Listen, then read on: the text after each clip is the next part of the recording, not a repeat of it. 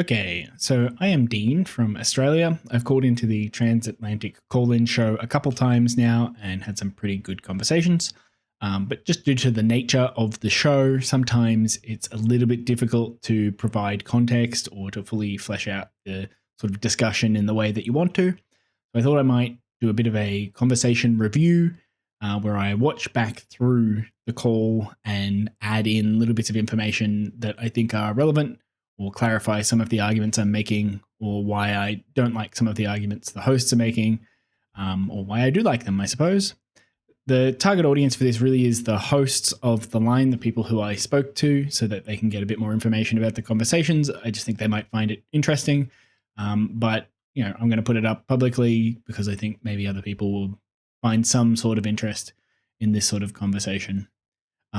I am going to watch the thing back on one time speed, which is a grueling process for me. I hate listening to myself back in terms of audio, especially at one time speed. I'm much more bearable at a faster speed.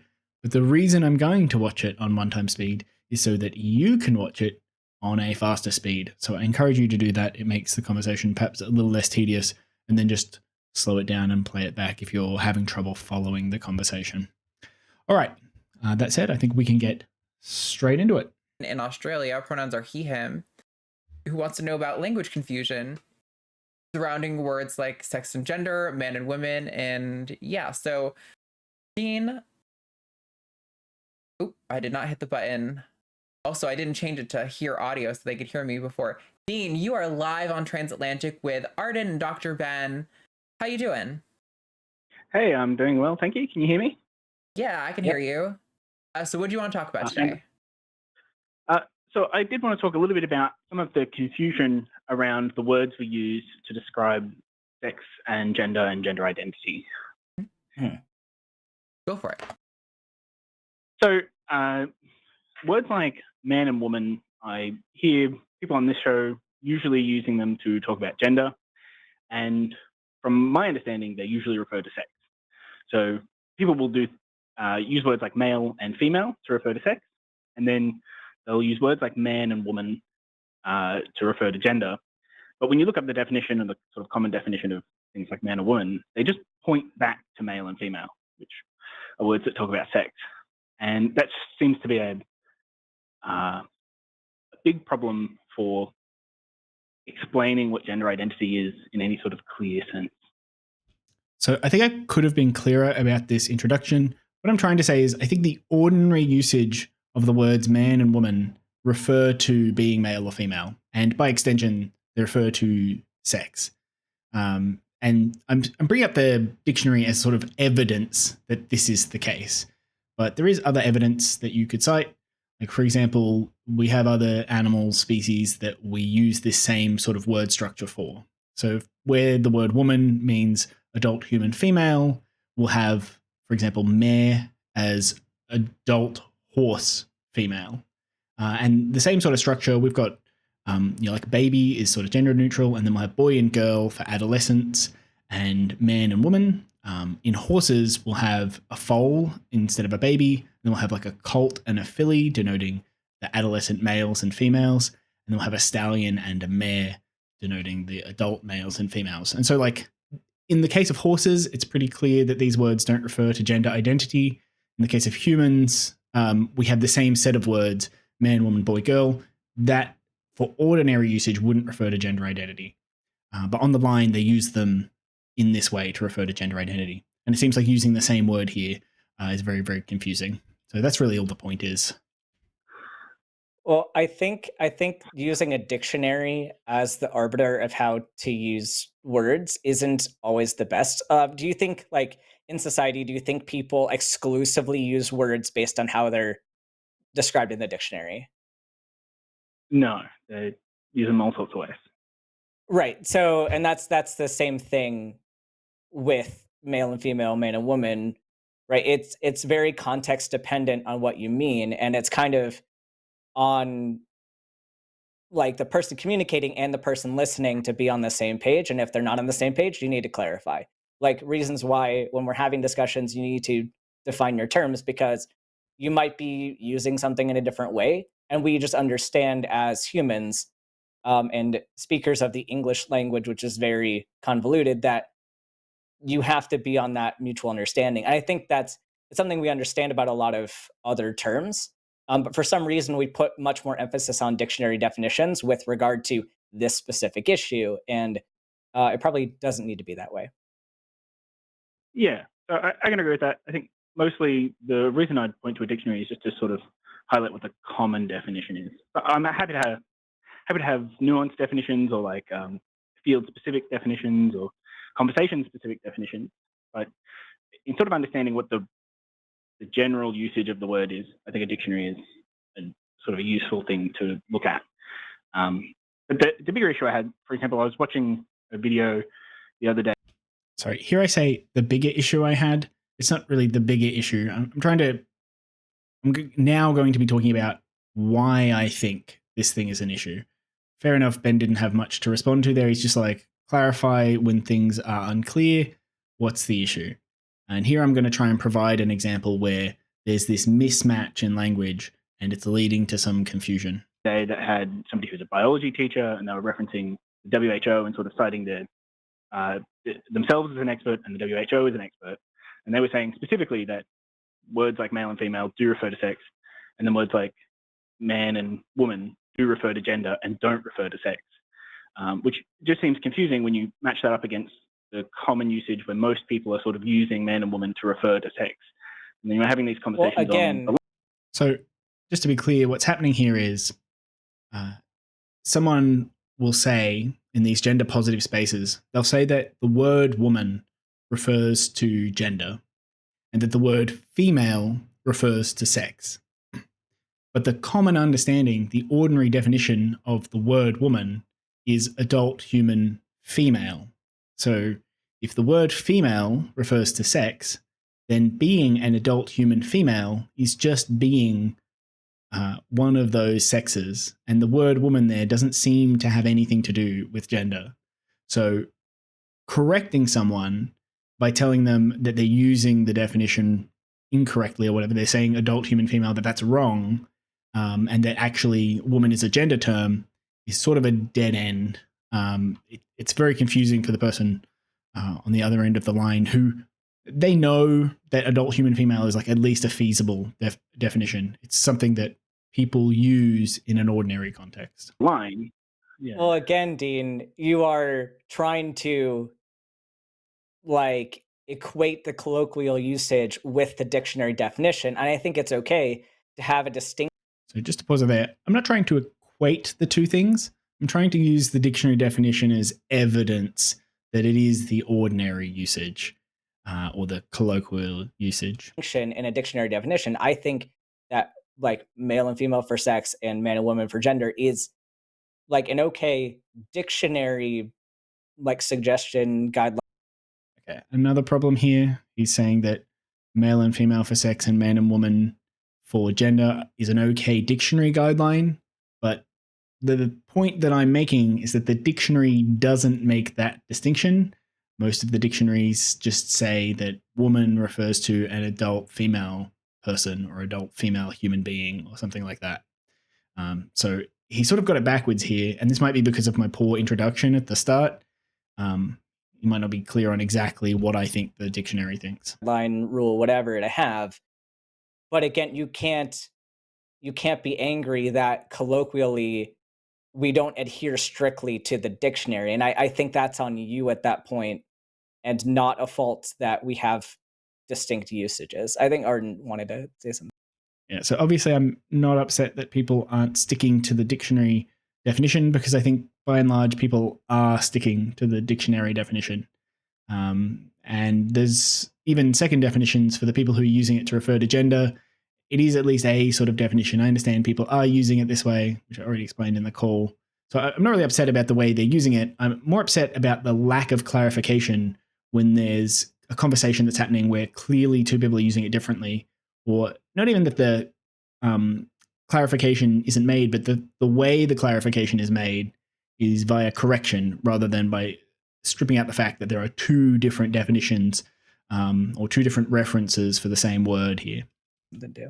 Yeah, I just The only thing I was going to really add to that is I think, we see this in a lot of other words too, like sort of a, departure from maybe necessarily how they were originally used or even were used in the recent past to kind of encompass a better understanding. Like, I think one we go to a lot on this show is mother. I think mother often refers to like a female offspring or a female, animal and its offspring, sort of this like biological definition. But really, we know that like mother kind of encompasses the like female or like feminine sort of parenting presence in a kid's life, whether that's their aunt or their godmother or like the woman who runs the orphanage or whatever. Like, I think mother has kind of become a derivation to just like any sort of feminine person raising a child, and I don't think it necessarily undermines the colloquial sense that usually mother is referring to a sort of biological parent. I think if there's misunderstanding, then it just requires us to clarify, like, oh. Okay.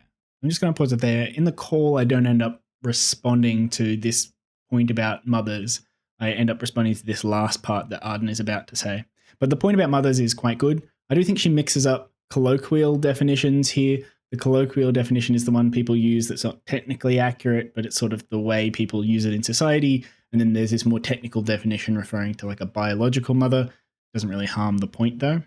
I do think this is a really good suggestion as a comparison to being a woman. I know that's not exactly what Arden is doing here. She's just sort of saying definitions change over time and there's a difference in usage between the colloquial definition perhaps and between the definition that you'll see in the dictionary.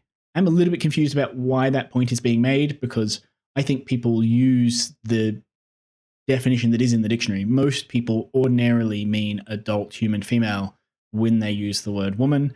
So I'm not really confused about there being a difference between the colloquial usage and the dictionary definition because I think they're one and the same. I think people do use it the way that it's used. I think there's this sort of technical definition that people on the line use it slightly differently, and I can understand in this circumstance why they might be doing that.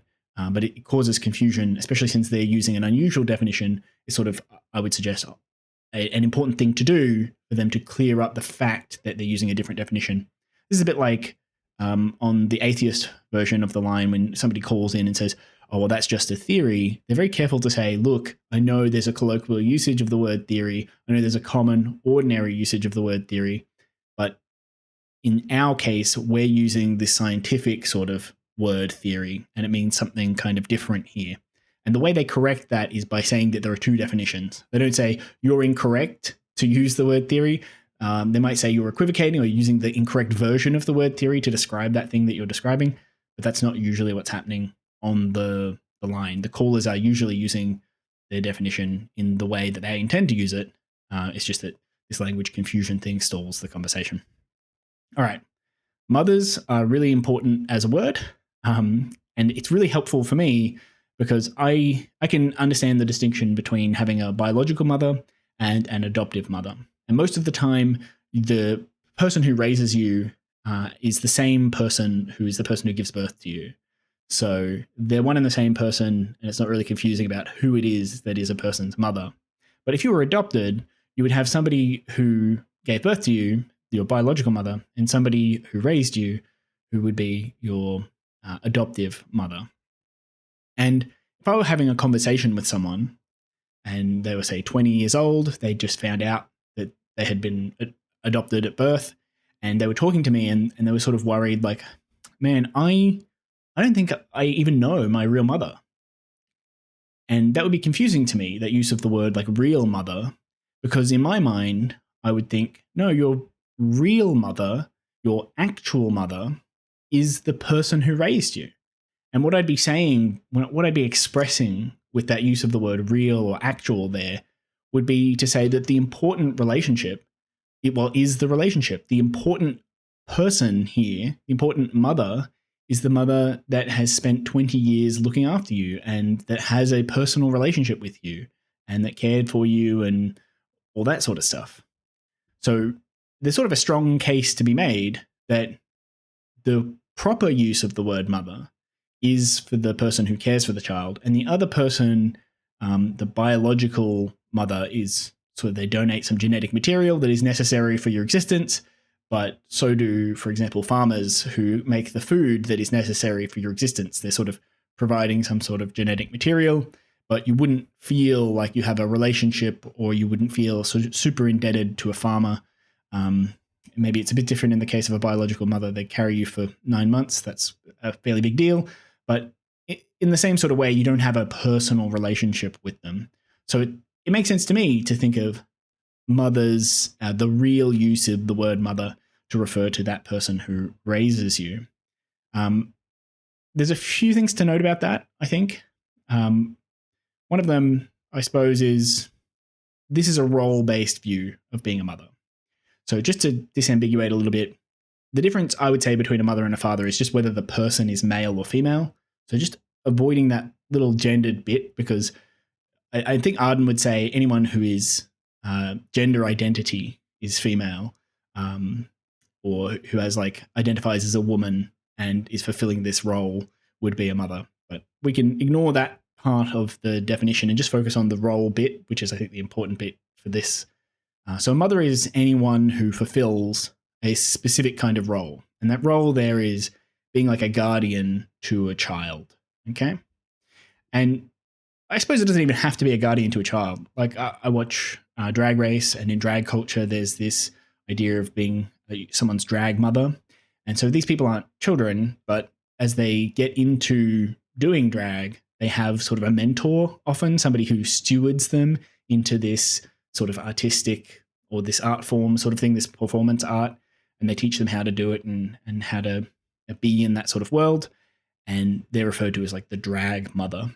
And so again, it's just this nurturing, sort of caring, mentoring presence. And obviously the characters that drag queens play are female characters. And so they use mother instead of father there. So it's a fairly elastic, fairly stretchy term, but it does encompass a role, this sort of behavior, something that you were doing. And another way you could highlight the role-based part of this is that if you had a mother, and even if it's the same person, you have a biological mother and they're the person who raised you, but they just did a really awful job. They were really mean to you. They're very abusive, and you might separate them out of your life.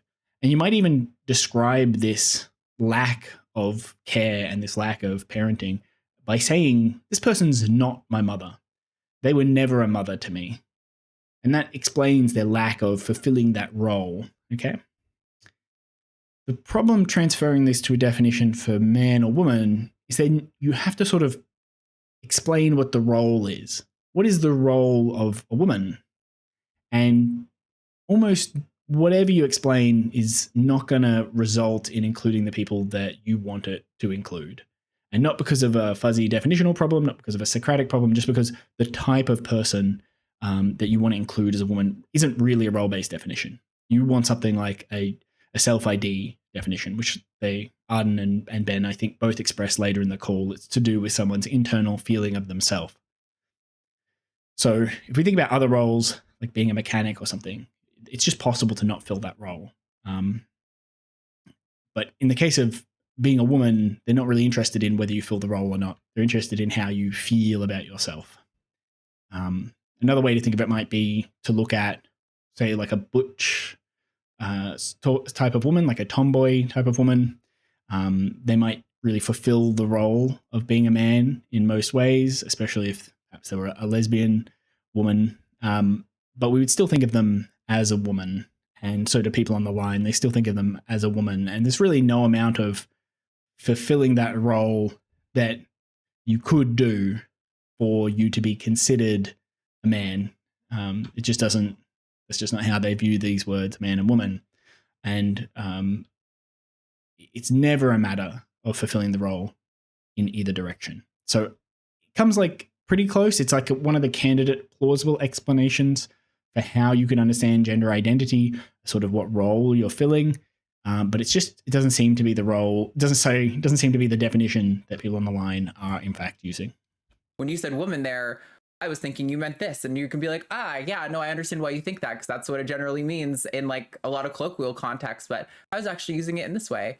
I think that's kind of just a normal, we just need conversation to resolve that, Mhm. Yeah, I absolutely agree. I just think when I listen to conversations on the line, I get that a lot of the callers are using one definition and the hosts are often using a slightly different one.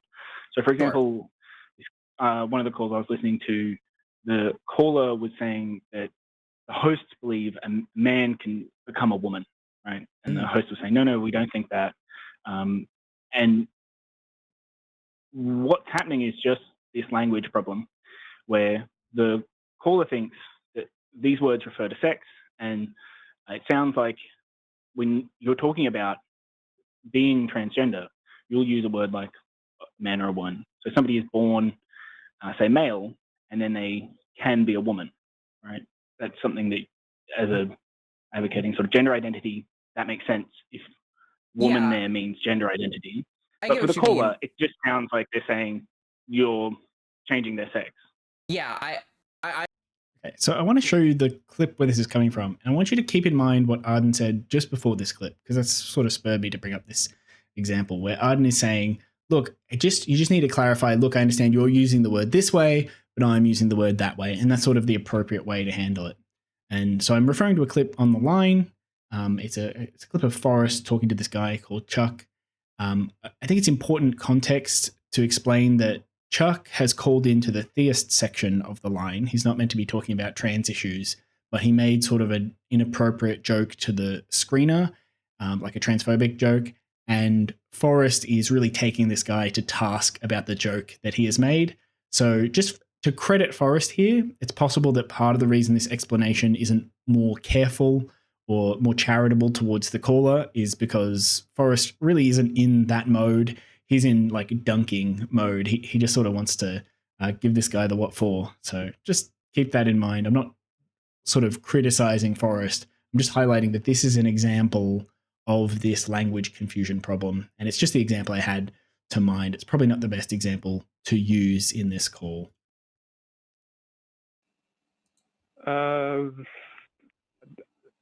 Listen, I just don't think women could be men. I don't think you can. I don't think sex is on a no. Okay. So the caller is saying, I don't think women can be men. I don't think sex, and he gets cut off. So he's talking about sex when he says both of these words. When he says, I don't think women can be men, he thinks both of these words refer to sex. And he's heard people on the line say that you can be assigned male at birth, essentially be born male, and now identify as a woman, right? And so if you're Chuck, well, being born male at birth, that means you're a man. And now you identify as a woman. So that would mean that men can become women. But that's nonsense. Men can't become women. That's what Chuck is saying. That's how he's understood these statements. So he's clearly just having this language confusion problem. And we're going to see if Forrest corrects this by saying, look, I understand you're using this definition of the word, but we're actually using this definition of the word. Or whether Forrest corrects him by saying that Chuck is using an incorrect version of the word. Nobody's saying women can be men, Chuck. We're saying that trans women are women and that trans men are men, because woman and man are gender terms, which are different than things like male, female, and intersex, which are sex terms. Because as I've said several times now, sex and gender are different things. Okay. So kind of. I mean, there's enough information in there that Chuck should understand that there is a language problem happening. But I also argue there's probably enough in what Chuck said for Forrest to understand that this is a language problem. It's not a matter of the actual things that they're referring to being an issue. It is a matter of communicating using the word woman. The issue is around what that word means. And like I said earlier, this is probably a bad example. Forrest is at least doing like a fairly good job of explaining the language problem, even though he's doing something that I kind of wish he wouldn't. This is, to the line's credit, decent enough, especially for like live conversations. It's very hard to do this live, and you make all sorts of mistakes, as I do in the call. So this is probably not a good example to demonstrate the problems of this language confusion. I understand. That's like a really common thing. I actually saw a clip recently. Jane Fonda was on the Bill Maher's like talk show or something, and what Bill Maher said I thought was so funny because it shows that if he actually understood what trans activists were saying, he would probably be on our side about the issue, at least in this one particular case where. I just want to pause it there. if Bill Maher actually knew what trans activists were saying, he would probably be on their side on this issue. This sort of speaks to my point here that the language confusion is a big barrier. A lot of people would be on your side if they understood what the fuck you were saying. But the insistence of this confusing terminology, and in particular of talking about gender identity, which is probably, it's an unfalsifiable, very poorly defined term, the insistence on the use of these terms makes it really difficult for people to understand what you're saying. And so they end up sort of not being on your side purely because they don't really understand what you're saying. He was like, people are saying men can get pregnant now. And he was saying, I completely understand that trans women can get pregnant, but the men thing is what gets me. And I'm like, okay, so a little point here just about Bill Maher. I remember about 10 years ago when the gender identity conversation was coming to the mainstream, and there was a lot of confusion about what trans woman or trans man meant, and particularly about which way those terms went. Like, is a trans woman a man who identifies as a woman, or they're a woman who identifies as a man? And even that is still confusing to this day. But at the time, you would look at the term like trans woman and you would think, okay, well, I know woman means a female person. It means adult human female, right? So I know what that bit of trans woman means. So if they're a female person and they're trans, that must mean that they are identifying as male, or identifying as a man, I should say. So it's actually a fairly natural assumption, given the definition, the prior definition, adult human female, to sort of assume that trans women are people who identify as men. Obviously, over time, the people most using these terms and the people sort of advocating the use of these terms are the trans inclusive or gender positive people, and they prefer the affirming version of the word. They want trans woman to refer to people who identify as women because that's sort of the thing that you prefer to be and the way you prefer to be thought of. And I think it is probably the right way to use that term. It's probably less confusing. Okay, clearly you misunderstand what we're saying here. You're thinking we're saying that people like me, assigned male at birth, can get pregnant. That's obviously not what we're saying. There's not a single trans activist who is, the technology is being developed. It could happen in our lifetimes. I will probably never be able to get pregnant, but some trans women in the future might be able to. But yeah, obviously when we're saying men can get pregnant, we're talking about trans men, people who have a uterus. But you're right, because of the similar... See, ironically, some of the attempts that trans people or gender positive people have made to make their language clearer, like people with a uterus, this solves this ambiguity about who exactly it is that's getting pregnant. It's people with a uterus. This has been rejected by the general public as saying, well, what's wrong with woman? I'm not a person with a uterus. I'm a woman, goddammit. And certain people have been quite upset about this. So even these attempts to clarify the language in this way are often seen as these sort of ideological attempts to sort of transify the language or something. And there's a lot of pushback against them, which is a little bit funny. Distinction. I think what's frustrating to me is this is something that can be so easily resolved in a conversation. But my problem is when I talk to those people, Dean, often they will ignore my correction and my explanation that would resolve this. And they tend to just double down on, no, actually, you do mean the straw man misrepresentation that I'm asserting you mean. And that's what I often find with people like Bill Maher and a lot of these other like sort of conservative figures too, is that Okay. I'm not sure I'd say Bill Maher is a conservative figure. Maybe that's not what you meant to imply there. This point that she's making about people asserting that you mean something and refusing to accept your correction about the thing you're saying, I 100% agree with. This is such a frustrating thing to deal with in conversations. This idea that, look, I use this word, I use the word woman, and you're going to assert that I mean something by that word. And even when I correct you and tell you what I meant by that word, you're going to insist I mean something else.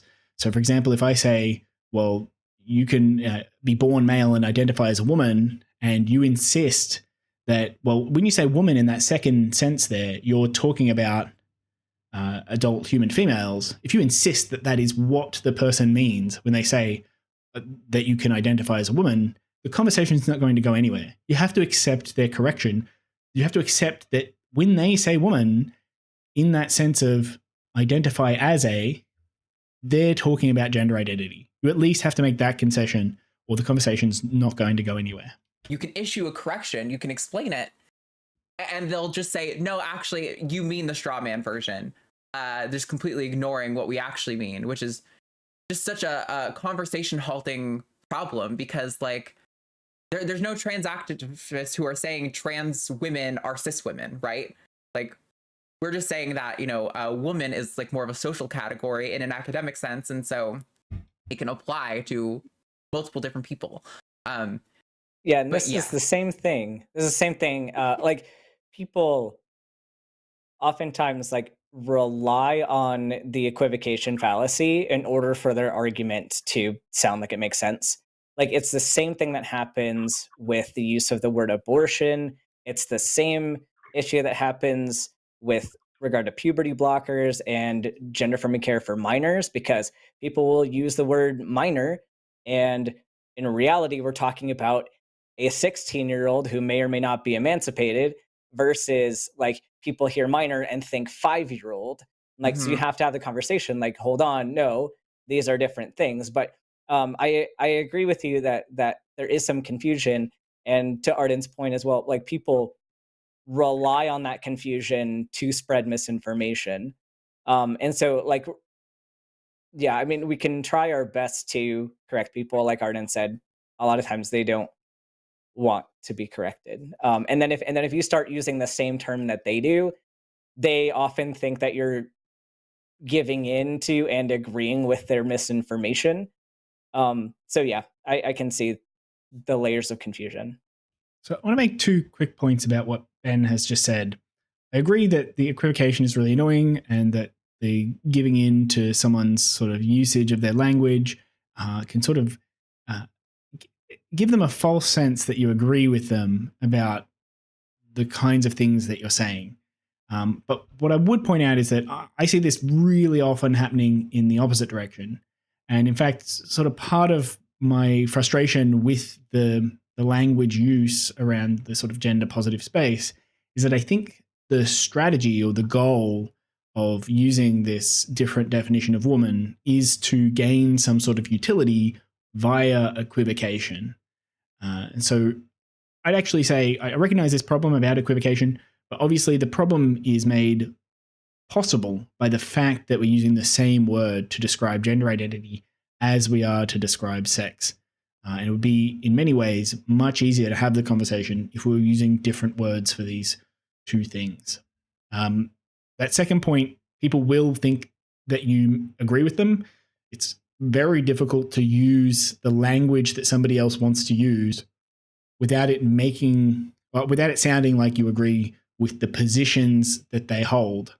So if I give you a definition, I say like, well, I'm going to define a cat as a tasty meal, right? That the word cat just means tasty meal.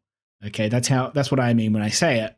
And so would you agree that eating a cat is an enjoyable experience?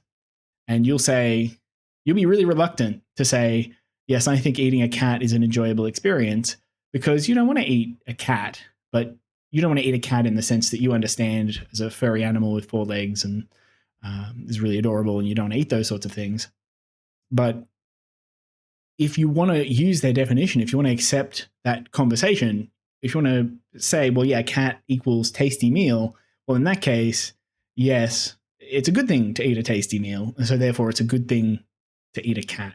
So giving into that language thing, it can be very frustrating, but it's the same position in reverse. Because we're both using the word woman in a different way, we, or the callers, I should say, they have very different points of view to me, like Matthew and Lee and whoever else that I might cite in these videos, especially Chuck probably has a very, very different view to me. These people have to make that concession. They have to come to you, and you're going to say, well, I think woman refers to gender identity. And I can sort of say, well, yes, if woman means gender identity, then this is going to be X, Y, or Z. But it's going to sound like I'm agreeing with the statement that you're making, but I'm just sort of agreeing conditionally, I suppose, on the condition that that is the definition of woman. Or if you're using that definition, then that statement is true. But frustratingly, you can sort of change the definition of anything and make any sort of statement sound plausible by doing that. Yeah, well, especially, so I remember a conversation that Josie was having with someone on this show, and she was saying, she's using this example where she says, like, black women are women, I think she said queer women are women, and do you also agree, Caller, that trans women are women? And especially if I was being asked a question like this, I'm thinking, well, in this case, what is Josie even asking me, right? Is a trans woman a woman sounds a bit like, well, trans woman describes their gender. So the other thing must be talking about the sex, right? And in that sort of question, No. Okay, so I just want to highlight this is a really poor bit of communication on my part, partially because trans woman doesn't just describe gender. Trans woman describes gender and sex at the same time. It specifically says that you're somebody who identifies as a woman, but who was not assigned the female label at birth. So it sort of contains information about both things, which is why I think Ben's going to push back and he's going to say, like, no, I don't think there's any ambiguity. He's essentially taking the opposite view to me. I've understood this to be like, you're telling me, does this match up with that? And he's like, no, you're saying, does this match up with this? Because there's two parts of that word. What I'm actually trying to reach for, I think at the time, is my recollection of the call, the example that I'm bringing up. It makes sense that the caller answers the way he does. And there's a reason why it makes sense. And I'm sort of trying to reach around in my mind and figure out, like, I think in this sense, it's because of the way he's being asked about, well, is a trans woman a woman? It just sort of intuitively, the right answer would be to say no, given what the caller is talking about. And on watching the call back, I've got a much better understanding of why that's intuitively the correct answer. But yeah, just this example here, the thing Ben's about to respond to, I feel a bit bad about. It wasn't a very good example. But I have brought this thing up with Josie saying, I've got the quote, it's redheaded women, black women, and cis women. She doesn't say queer women. These are all women, and a trans woman, that's also a woman. And from my perspective, this sounds like this argument from equivocation. It is just saying, well, we use the word woman for black women, we use the word woman for redheaded women, and we also use the word woman in the term trans woman. So these are all types of women, right? And that's just equivocation. That's just sort of saying, yes, they're all women, but they're all women in what sense? And to agree with the sense, you have to say, well, they're all a gender identity of woman. And in that sense, you're doing the same thing like I mentioned with cat, where you're redefining the word woman to mean something else, and then saying, well, these people are all in the same category of this thing that I defined them as. And so, like, I could say, well, the word woman just includes anyone who you refer to as a woman. And then I could say that, yes, trans women are women, black women are women, cis women are women, non-women are also women in that definition. Would you agree, Caller, that non-women are women? Well, yes, because you've referred to this group of people as you've used the word woman. It gets pretty confusing. And again, it's that thing that Ben was talking about where you're reluctant to accept that sort of definition because it makes it sound like you agree with something that you don't. We'll get to that in the example. Well, no, I don't think, like, because it's not ambiguous in that case. I would argue it isn't because, like you're saying, it is referring to gender in that sense.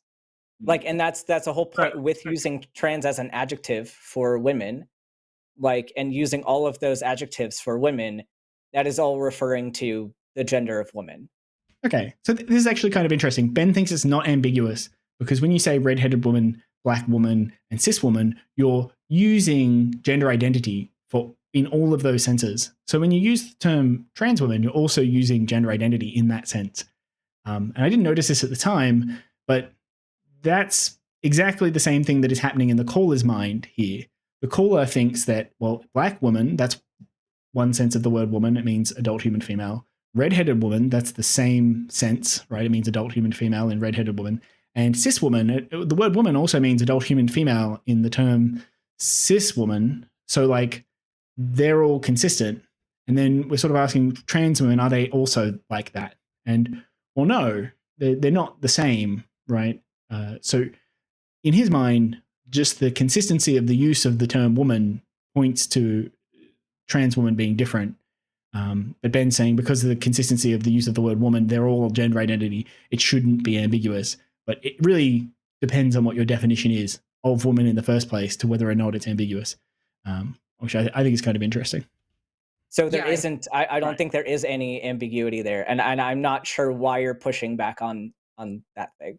I also think, well, I kind of get what you're trying to get at, Dean. I think it's important to note that from my recollection, the caller in that, Josie had previously, before she did that, tried to get this caller to acknowledge that gender and sex are different, which the caller did. And then she said, okay, now that we have that foundation, can we agree on this, that these are all part of this one group, which is like people who have this gender identity. And that's where the caller departed. So it was like he agreed with all the steps in the premise up to the logical conclusion. But I understand what you're saying, where like if you kind of approach someone up out of nowhere and you don't have that. Hold on. So she's saying she recalls Josie really specifying that she's talking about gender identity. And I went back and listened to this call again. And unfortunately, the worst of all worlds, both me and Arden are correct at the same time. What happens is during the call, Josie poses this question and, is a trans woman, a woman type of question. And she does it at two different points in the call. She does the same question. And the first time she doesn't have this clarity about that she's talking about gender identity. But the second time she asks, she makes it very, very clear she's talking about gender identity all the way down the line. So I want to play those clips just to sort of demonstrate that is the case. But I also have a big problem with the way Lux handles, in particular, the first call, which is the example that I'm remembering and bringing up and talking about here. And it's an example I'm bringing up because it seems to me like this equivocation, this problem that Ben was talking about. Want to get away from it is Oh, sorry. We have to start a little bit ahead of where Josie asked this question, just to sort of demonstrate that they didn't discuss this earlier in the call. The lead into this question makes it pretty clear that the caller thinks that woman refers to sex at the time when he's answering the question. Why do you believe that women with penises are not women? I want an answer to that question. Because they're not. I don't know how it fits, but they're men. Okay, so that's the first one to note. The caller here, Matthew, thinks that just almost definitionally, if you have a penis, you're not a woman. That's just not the kind of person that women are. The way to understand this is that Matthew thinks that woman refers to being female, and typically, female people don't have penises. Typically. Hey, Matthew, can you do me a quick favor? Can you define a woman for me, please? Adult human female. Okay, so he gives his definition. It's very clear. Yeah, go ahead, Lux. You're taking this position, and again, this is not in line with the research. It's not in line with historical anthropological fact. You are asserting a position that to be a woman is to be female. Okay, so it's interesting that Lux says that he's just incorrect. So once again, we have an example where instead of saying, oh, look, I notice you're using the word this way, but we're using the word this way, right? And to understand what we're saying, you really have to meet us halfway and understand that we're using this word in a different way. She doesn't say that. She says, Matthew, your usage, your definition of the word woman as adult human female, that's not in line with the historical anthropological research. I'm not really sure what she's referring to here. I think there might be historical anthropological research that suggests that people do use terms like man and woman to refer to gender sometimes. And they might cite something like the Hijra people in India. This is like anthropological research about how people use terms like man and woman. And so that might suggest that at least sometimes women might be, or woman might be a term that refers to gender. But it's hard to suggest that Matthew is incorrect, right? That his definition, that his usage of woman to refer to adult human females, that is out of step with the historical anthropological record or something. I think as a matter of observable fact, the current ordinary usage, the way most people use it most of the time in society, is to mean adult human female. And I think that's true right now, 2025, when I'm making this video. Certainly I checked dictionaries yesterday. The dictionaries still all say adult human female. And as one of the comments said, I have an out-of-date dictionary. I do not. I've just checked them. They do all say adult human female. And that's not to say that this one use is the only use, right? But it's at least a valid use of the word. It seems to be how at least many people use the word. So it's weird to chide him for being incorrect instead of pointing out, oh, we have a difference in language here. Now, can you define female for me, please? Somebody with large gametes, somebody with a vagina. Yeah. So once again, he's pointing at physiological categories. He's pointing at this sex category as the definition for women, right? He really should include the adult and human bit, but wait, was that the definition for female? Woman is to be female. Large yeah, it gametes. is. Sorry, it's the definition for being female. So he's just saying, people that produce large gametes, that's sort of the biological, if you were in biology, that might be the definition that would use for human females. But again, he's just sort of pointing at here are some physical characteristics about you. These are the things that make a female person female, which I think Lux would agree with, actually. Lux believes in females and males.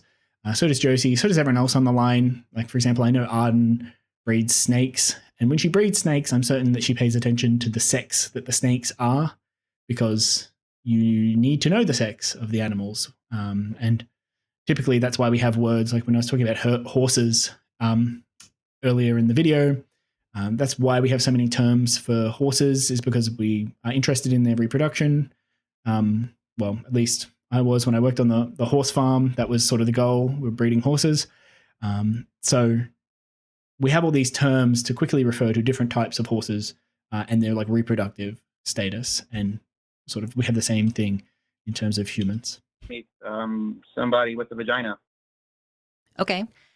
So you're doing the thing where it's define a chair, and there is no single definition that actually is going to include all the people you mean to include and disinclude all the people you mean to disinclude. There are women who are born with internal testicles. They're intersex women who I know of one intersex person who their parents had a vaginoplasty performed on them when they were 11 years old because they didn't have enough depth, and they had a clitorectomy on their quote too large clitoris when they were a kid. So this, you're doing the literal TERF thing where you're just making this assertion that is not going to include all the people you mean for it to include, and you don't have the ability to maintain that and also be intellectually honest. Okay, so I think Lux might be stumbling between two different arguments here. She starts off with you're doing the is a chair thing, which is a pretty common example that they'll give on the line when we're talking about really rigid definitions. And people will, for example, try to define a chair by saying it has 4 legs and a place to sit or something. And then you'll say, well, a horse has 4 legs and a place to sit, but is a horse a chair? Most people will concede, no, a horse isn't really a chair. And there's a name for this sort of fallacy. It's called, I think, the Socratic fallacy, because Socrates really liked defining things. There's a classic story about him saying, well, human, I found the definition for human, it's a featherless biped. And Diogenes runs off to the market and comes back with a chicken that he's pulled out all the feathers. So he's like, behold, a human. And this chicken is, yes, featherless because he pulled out all the feathers, and it's a biped. It's got 2 legs. So this chicken is a human. Socrates amends his definition. He says it's a featherless biped with fingernails, right? Everyone knows what a human is, but it's very hard to define anything in a way that, like Lux says, includes all the things you want it to and excludes all the things that you want it to exclude. So the definition of human has to include all the humans, but exclude all the chickens and all the other things that aren't humans. And we can only do that because we have a sense of what a human is and of what a chicken is, and that those aren't the same thing. So she initially provides this sort of, you're doing that sort of thing, Matthew, but that's a poor sort of criticism. She just asked Matthew to provide a definition, and that he's complaining that his definition has this problem. But every definition has this problem. If you think about ordinary things like justice, or even something maybe less contentious like a cat, it's not necessarily clear what is a cat. My cat that I have at my house, that's probably a cat. But is a tiger also a cat? Is a bobcat also a cat? There's sort of an ambiguity. Maybe a classic one is a sandwich, right? It's hard to define what a sandwich is. Is a hot dog a sandwich? Is a fun debate people have online, because it's like, is it meat between two pieces of bread? What if it's one piece of bread that's connected at the bottom? All that sort of stuff. It's just hard to create these sort of definitions. And so when she asks him for a definition and then he provides one that's fine, it's good enough, you know what he's talking about, and then she criticizes him because it's like, that definition, that's not perfect. Well, none of them are. But I think the real criticism that she's trying to get at, the real criticism that Lux is trying to level at Matthew here is, it seems that Matthew is intentionally trying to stick with this definition for the purpose of excluding trans people from this definition. Like he has some sort of ulterior motivation other than just this is how he thinks the words work. And I can assure you in my case, I at least think that adult human female is just the common definition. And that's prior to this debate, prior to coming into this sort of world of gender identity, I had always understood this word to mean this. And not because I didn't like trans people. Even when I didn't know trans people were a thing, I would still have used the word this way. And to my understanding, it's how everyone else around me used this word for all of time. So it's not the best accusation if you're just sort of saying, well, this is what I think the definition is. That's just how I think the word is used. And I don't have a particular reason to use it that way other than that's just sort of what I think it means. But I do want to turn this around a little bit and suggest that people who are trying to include trans women in the definition of women, people who have created this category of gender identity, I think are doing that with an intentional purpose to include trans women. And I think I've heard Lux say that the reason she does this is for sort of utility. There's a utility in calling trans women. And I'd really love to have a conversation with Lux about that project, about what utility she thinks she's creating by using this definition instead of using the adult human female definition. But yeah, she's sort of asserting that this is the definition we should use, which again seems to be slightly different from the idea that there are just multiple competing definitions or definitions that you would use in different spaces to refer to different things. Lux seems to be putting forward the idea that no, actually it's incorrect to use the word woman to refer to adult human females, and that you should be using it to refer to somebody who identifies as a woman. Which is a view that I don't think makes that much sense. And it's a view that she just described as, what was it?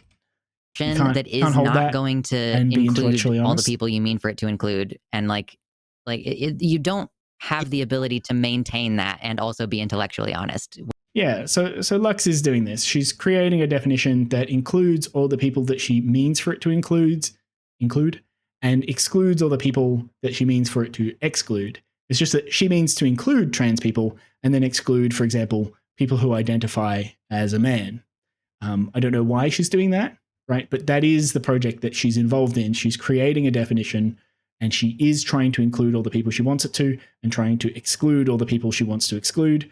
And she says that you can't do that and be intellectually honest at the same time, which is a bit of a challenge given she's sort of doing that, right?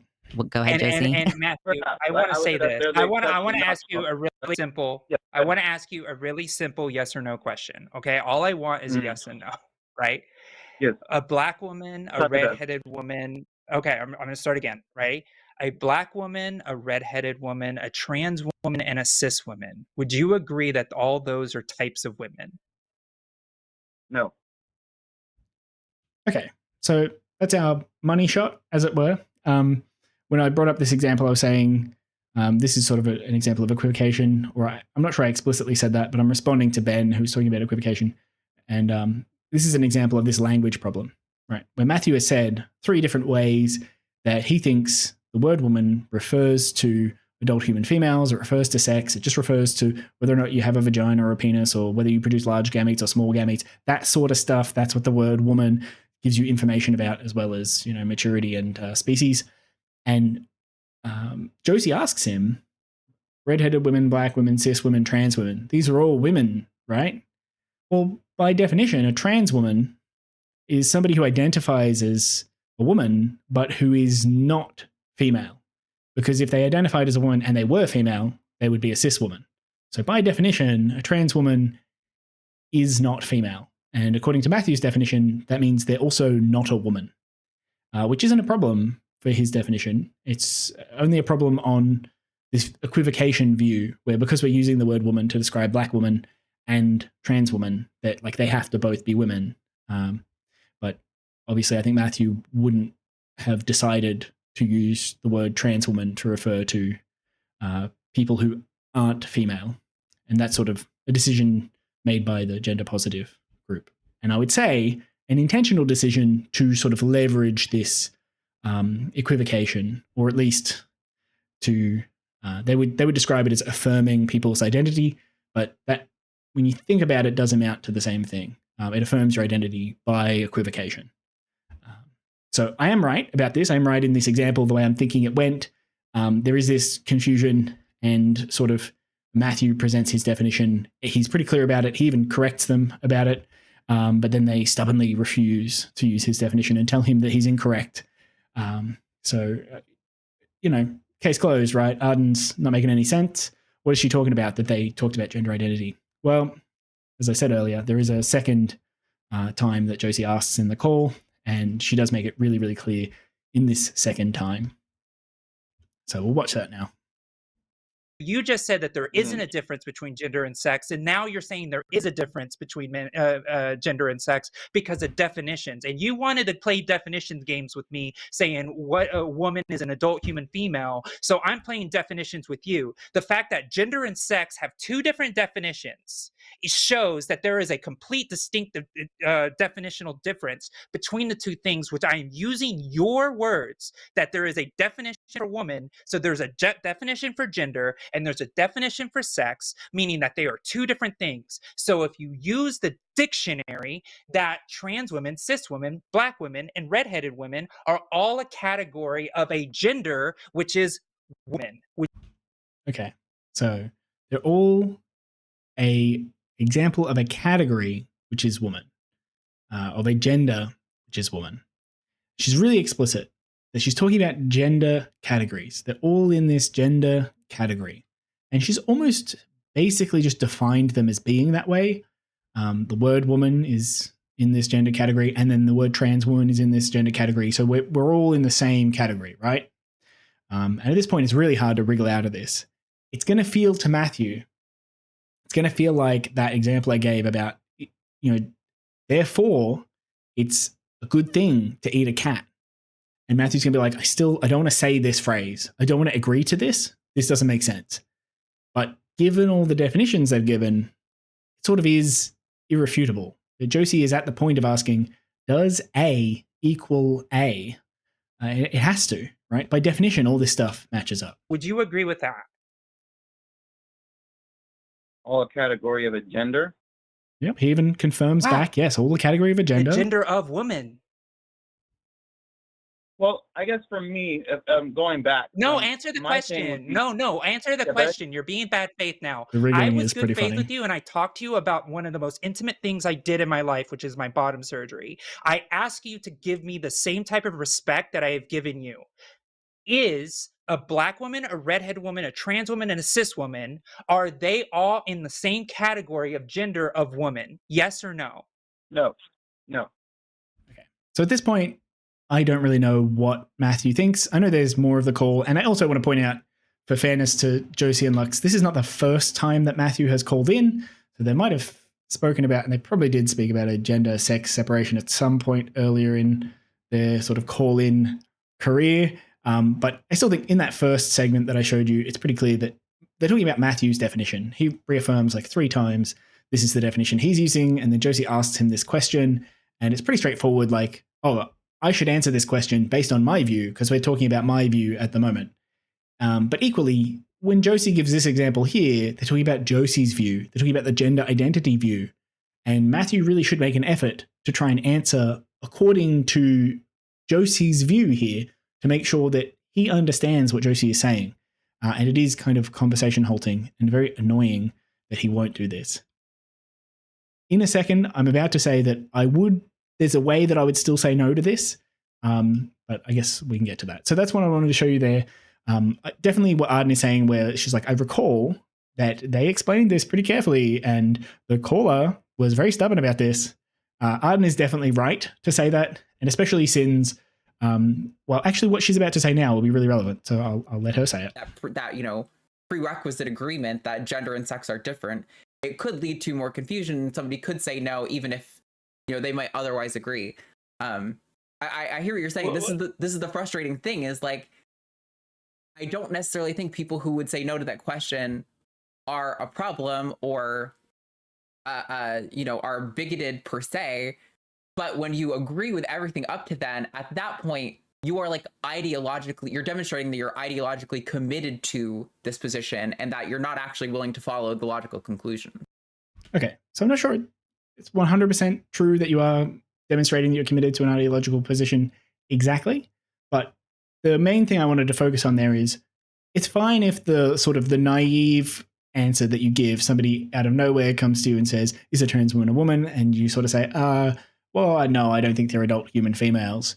That doesn't make you bigoted per se. It's when you agree with all the steps up to it and then still refuse that it's really a big problem. And as we saw in that call, because of the fact that Josie asked the same question twice, that is exactly what we see. The first time Matthew says no, and the people on the line talk it through with him, right? It's not the end of the world. They just, you know, talk it through. When they explain it to him step by step, they include this clarification about gender identity, and then he still says no. I absolutely see the perspective that Arden and Josie and Lux are coming from. That is very annoying. And it would be very hard to continue to have conversations with somebody who is that dead set on just rejecting any sort of agreement. I can understand that, especially in that caller's case. I probably do have that view, though. I tend to think that. So you can hear the hesitancy in my voice, where I'm sort of saying I still think there's a way I would say no to that anyway, and I'm about to explain why. That trans women is referring to something that I don't think makes sense. I struggle with gender identity. That's on you, and then. Initially, I was going to. Okay, so I'm saying, is a black woman, a trans woman, a cis woman, a redheaded woman, these are all in the category, the gender category of woman, correct? And my response here would be something like, I'm not sure the category of gender identity even exists. So even if you ask me, is a cis woman a woman in the sense of they're in the category of woman of gender identity?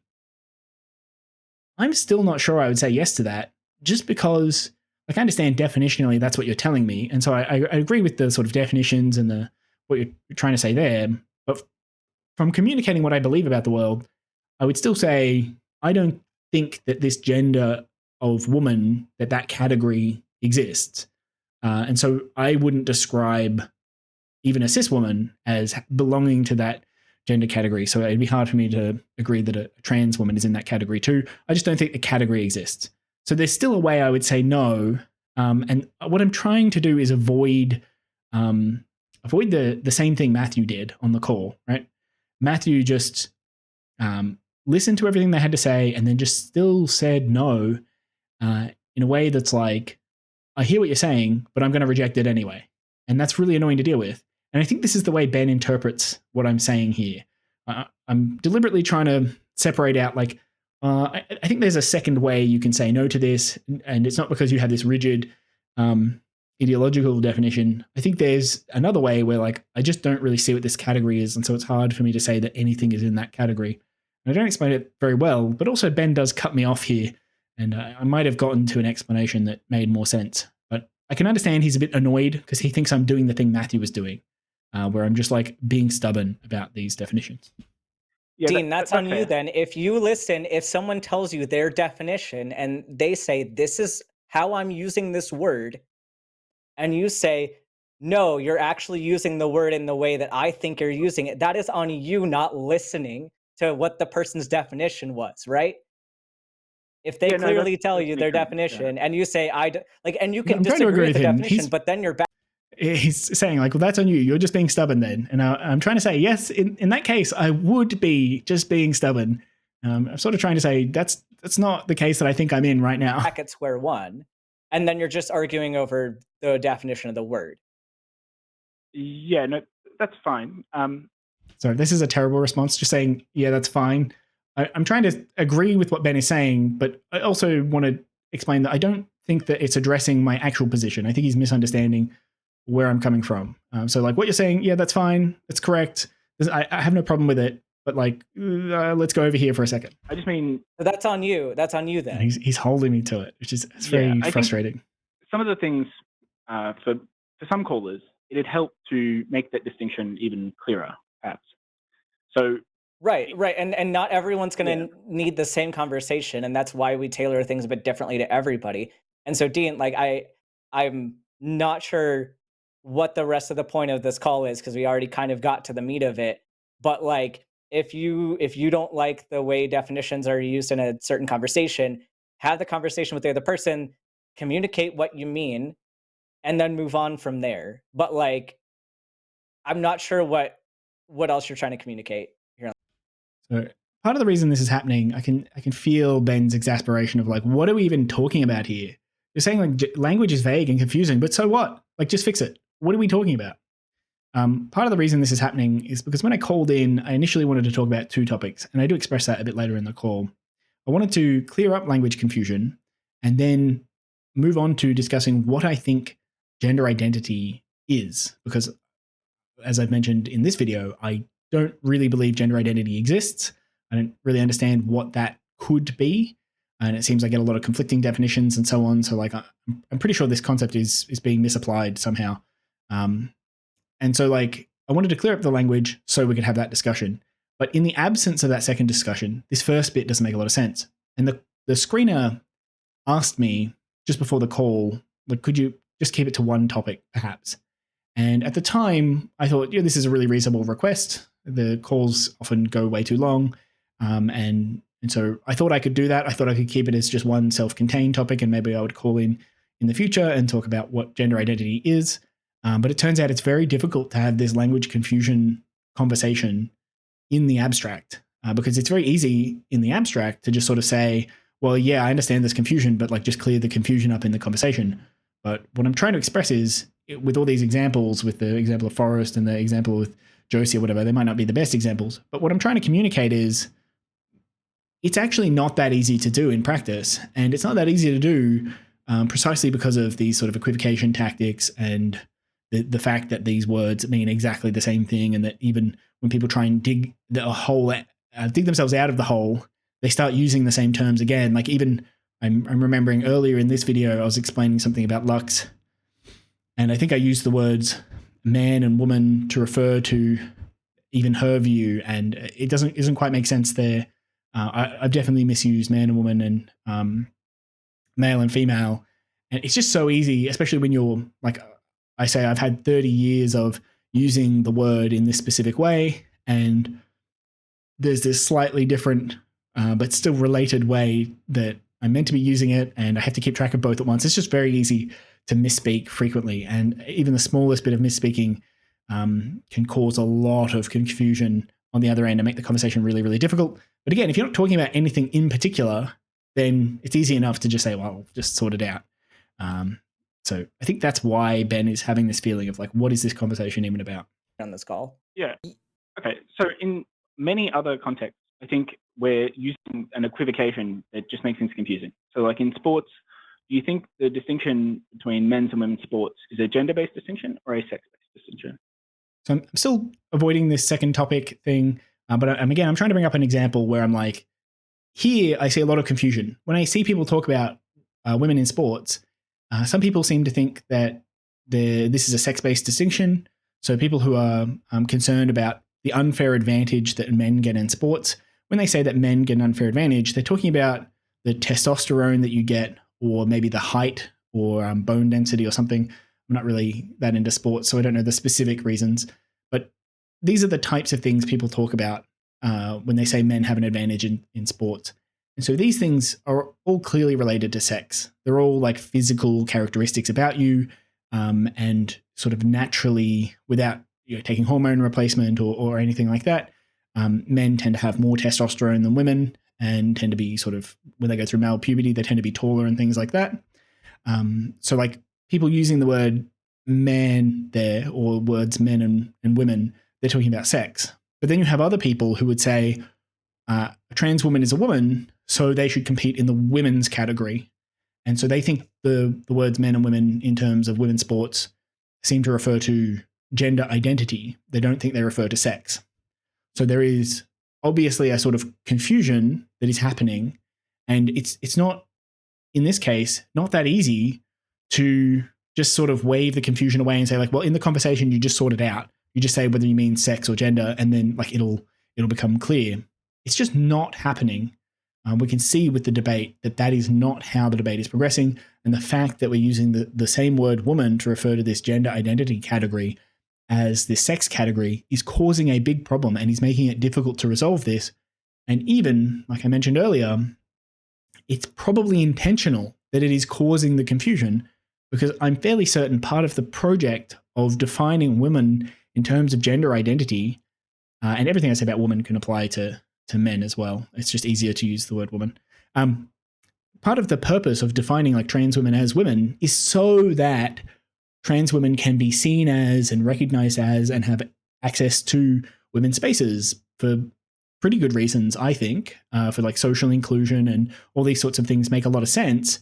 And so it seems like it's an ameliorative process. It's trying to fix this sort of problem of discrimination and this weird legal situation where like the rules might say men have to play in the men's category and women have to play in the women's category. And that means that trans women, even though they take hormone replacement and they sort of look like women, they have to play in the men's category. And so it seems like the intention of redefining what man and woman is to include trans women in these sorts of categories. It seems like that's part of the purpose of it. But then that's obviously creating this confusion problem, again, sort of intentionally, where you have people using the other definition, the adult human female definition, that still notice that trans women don't quite fit that definition.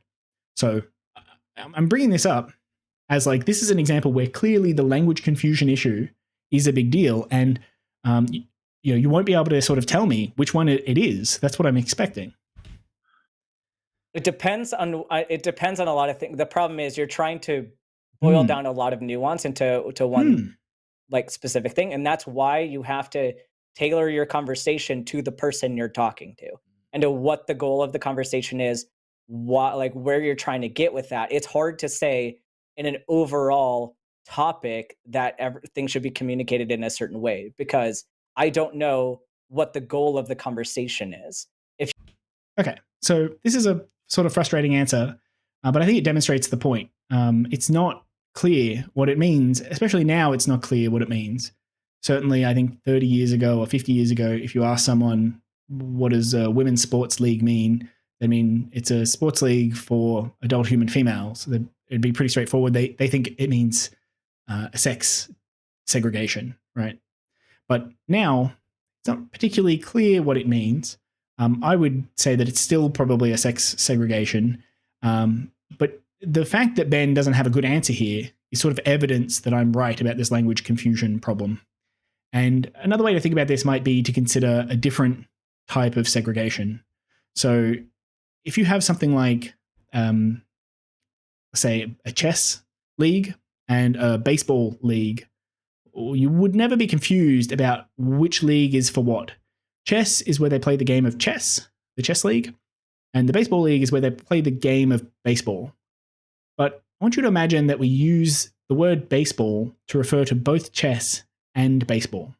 And now I'm going to ask Ben this question. I'm going to be like, well, when we say baseball league, are we talking about this game with little pieces on a checkered board? Or are we talking about this game where you throw a ball and you hit it with a bat? Which of these games are we talking about? And Ben is is going to try and tell me, it's complicated. I don't really know what you mean. Like, it's hard to, it's a bit ambiguous. That's the problem, right? It shouldn't be ambiguous, especially because in this case, we actually mean one specific one of these, right? Well, I guess in the same case as the baseball one, we do mean one specific one of these, because baseball actually doesn't refer to the game we currently call chess. And so the same thing happens with woman, right? When these definitions are made, the sort of logic of segregating the sports leagues, all of this points to a definition that is based on sex, an adult human female definition. And it should be pretty clear that that is why we're segregating the sports. But from Ben's perspective, it's not clear. And I think that's because, because the language has muddled sort of his way of thinking about this issue. So the fact his answer isn't just like a straightforward, oh, it means this one in this case and this one in that case.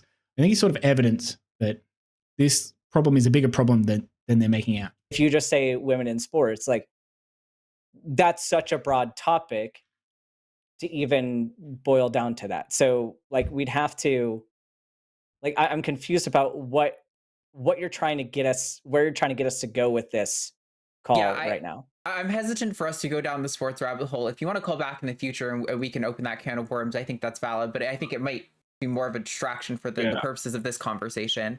That's true. I don't want to talk about sports. Sure, yeah, you can call back in another week and we can talk about it. Okay, so Anne says you can call in another week and we can talk about it. I'm not sure if she heard me exactly. I'm sort of talking over her, but I'm saying I don't want to talk about sports. I'm not really interested in whether or not women and men, whether or not men have an advantage over women or trans women have an unfair advantage or something. But it's not really that interesting a conversation to me. I do see lots of mistakes in that conversation. I'd be happy to have a conversation about the sort of mistakes people are making. But I, like Arden, I don't really care about sports all that much. I'd be happy if men and women played against each other, and I wouldn't really mind if women lost all the time or whatever it is that is going to be the result of men and women playing together. I'm just talking about it in terms of like, this is one of the segregations that we see in society.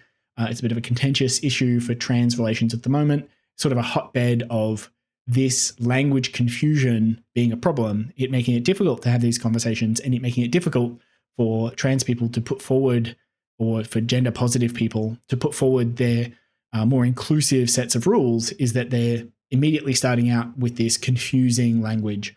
It just makes it difficult to talk about the actual issue. I loathe the sports conversation mostly because if every trans person hated sports as much as I do, we wouldn't even have to talk about this. But alas, some trans people like sports and athletics, and that matters. Anyway, yeah, I think I understand what you're saying. There is this like kind of colloquial definition of women and man being sex-based definitions, but I also think it's important to note that pretty much every definition, even these biological ones, don't have super clear lines. They're always going to some capacity, fail to include people they ought to include and exclude people that they ought to include. I think I said that right. Hopefully you understood what I mean if I didn't. Yeah, definitions are very fuzzy things. Okay, so Arden is just reciting that Socratic fallacy problem that I was talking about earlier. I'm not entirely sure why she's bringing it up here, but definitely I do agree that it is a difficulty with just human language and definitions. Right. There's going to be problems with them, whether they're biological or social. And so like, to me, it seems like we're just getting on. Wait, sorry. It is an example in the case of sports that this is not exactly the Socratic fallacy, but the whole problem with sports segregation is that segregating the sports based on sex is not always the most relevant category, right? In elite sports, when we're very concerned about fairness in sports, that might be a more sensible distinction. You might even want a more fine-grained distinction, which I think they have. I don't know that much about it, but for example, if you're a trans woman and you want to compete in the women's events, there is a restriction on how much testosterone you can have. So that's not really a sex-based distinction. It's 5 nanomoles per liter or something. There's just like a set amount that you're not allowed to go over. And that's a more fine-grained distinction than a sex-based distinction. But there are also sports or games events that are segregated by sex that probably shouldn't be segregated by sex. So, for example, chess has a women's league. And the purpose of this league isn't that women are bad at chess or that men have an unfair advantage at chess or anything. The problem with chess is that there just aren't many women who play chess. And so it can feel uninviting or sort of socially isolating to be one of the few women at a chess event. And so to encourage women to play chess, they created this women's league, and there's no real physical difference that matters in terms of chess. So it would make sense that you would include people based on a social basis. And so like trans women would probably be allowed to play in the women's league of chess, and it wouldn't cause too much of an issue. And I haven't checked this, but I would guess if you were considering trans inclusion in sports, I'd guess this is pushing on an open door. If I went and looked this up right now, are trans women allowed to compete in women's chess events?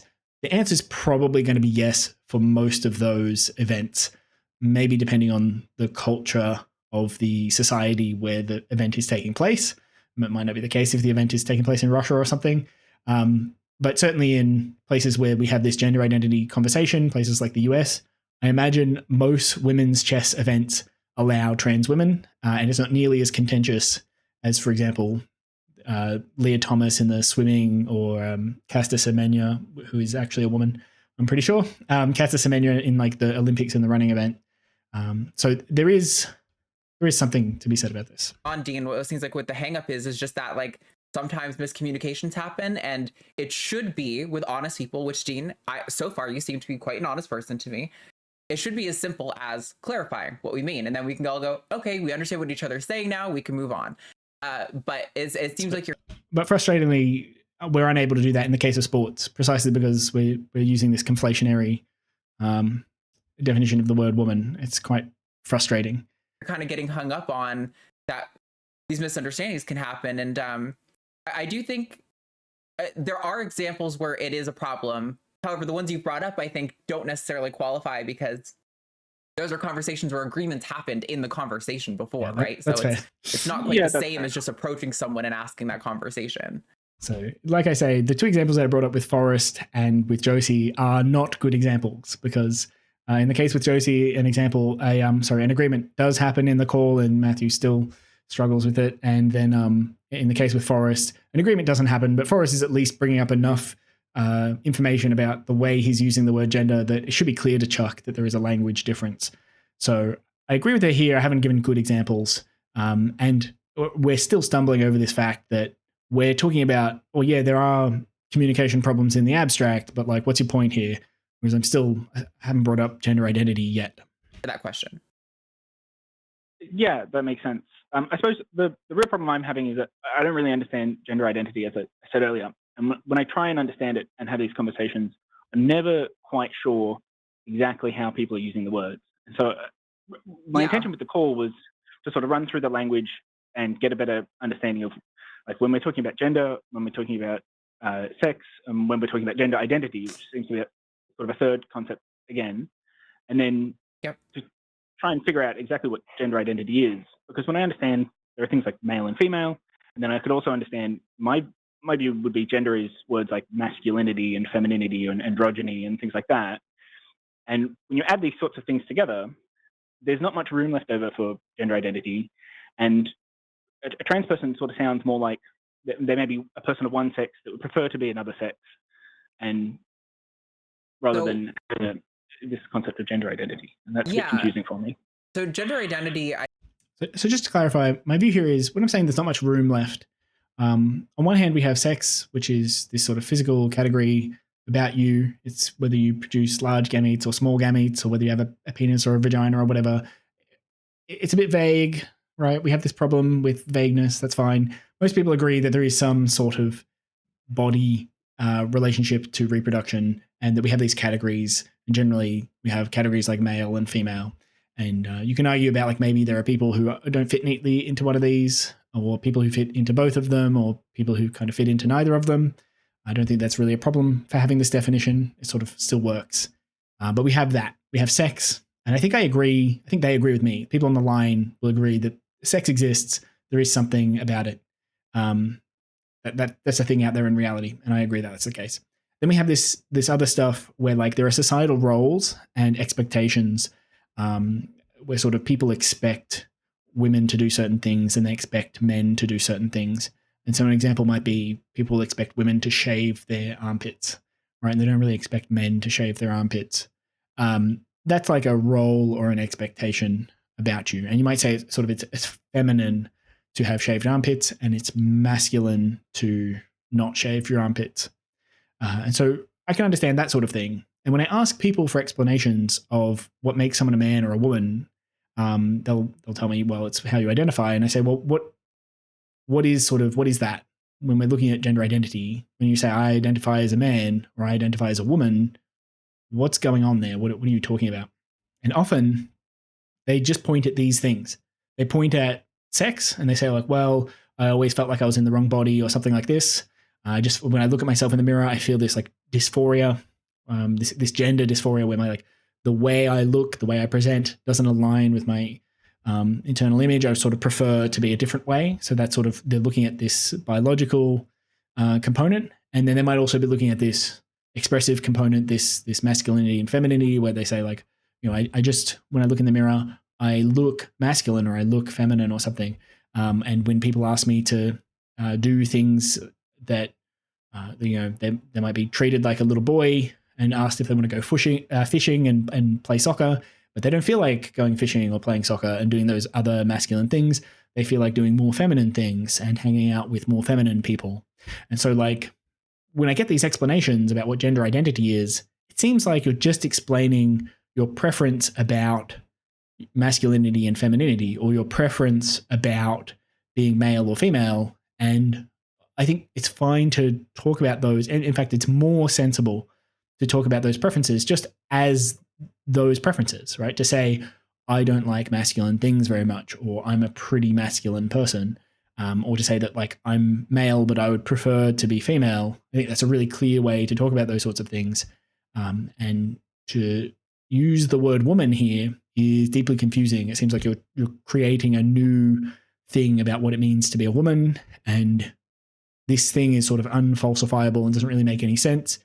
And when you look at identity on the other end of this spectrum, or the other end of this argument, I should say, the other identities that we have in the world, like your national identity, for example, whether you feel like you're an American or an Australian, or your racial identity, whether you think you're black or white or something like this, other sort of identities don't seem to follow the same pattern, right? Where we take this physical thing and sort of conflate it with the identity thing. So you might say, well, I bring up this example of race, but I'll just talk about national identity.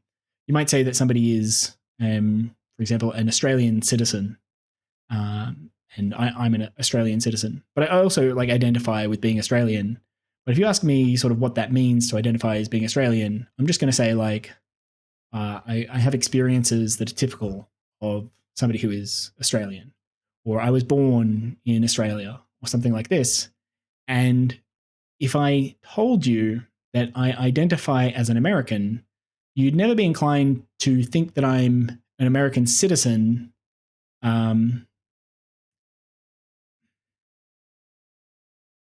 You wouldn't confuse these two things, right? So you might think I'm an American citizen.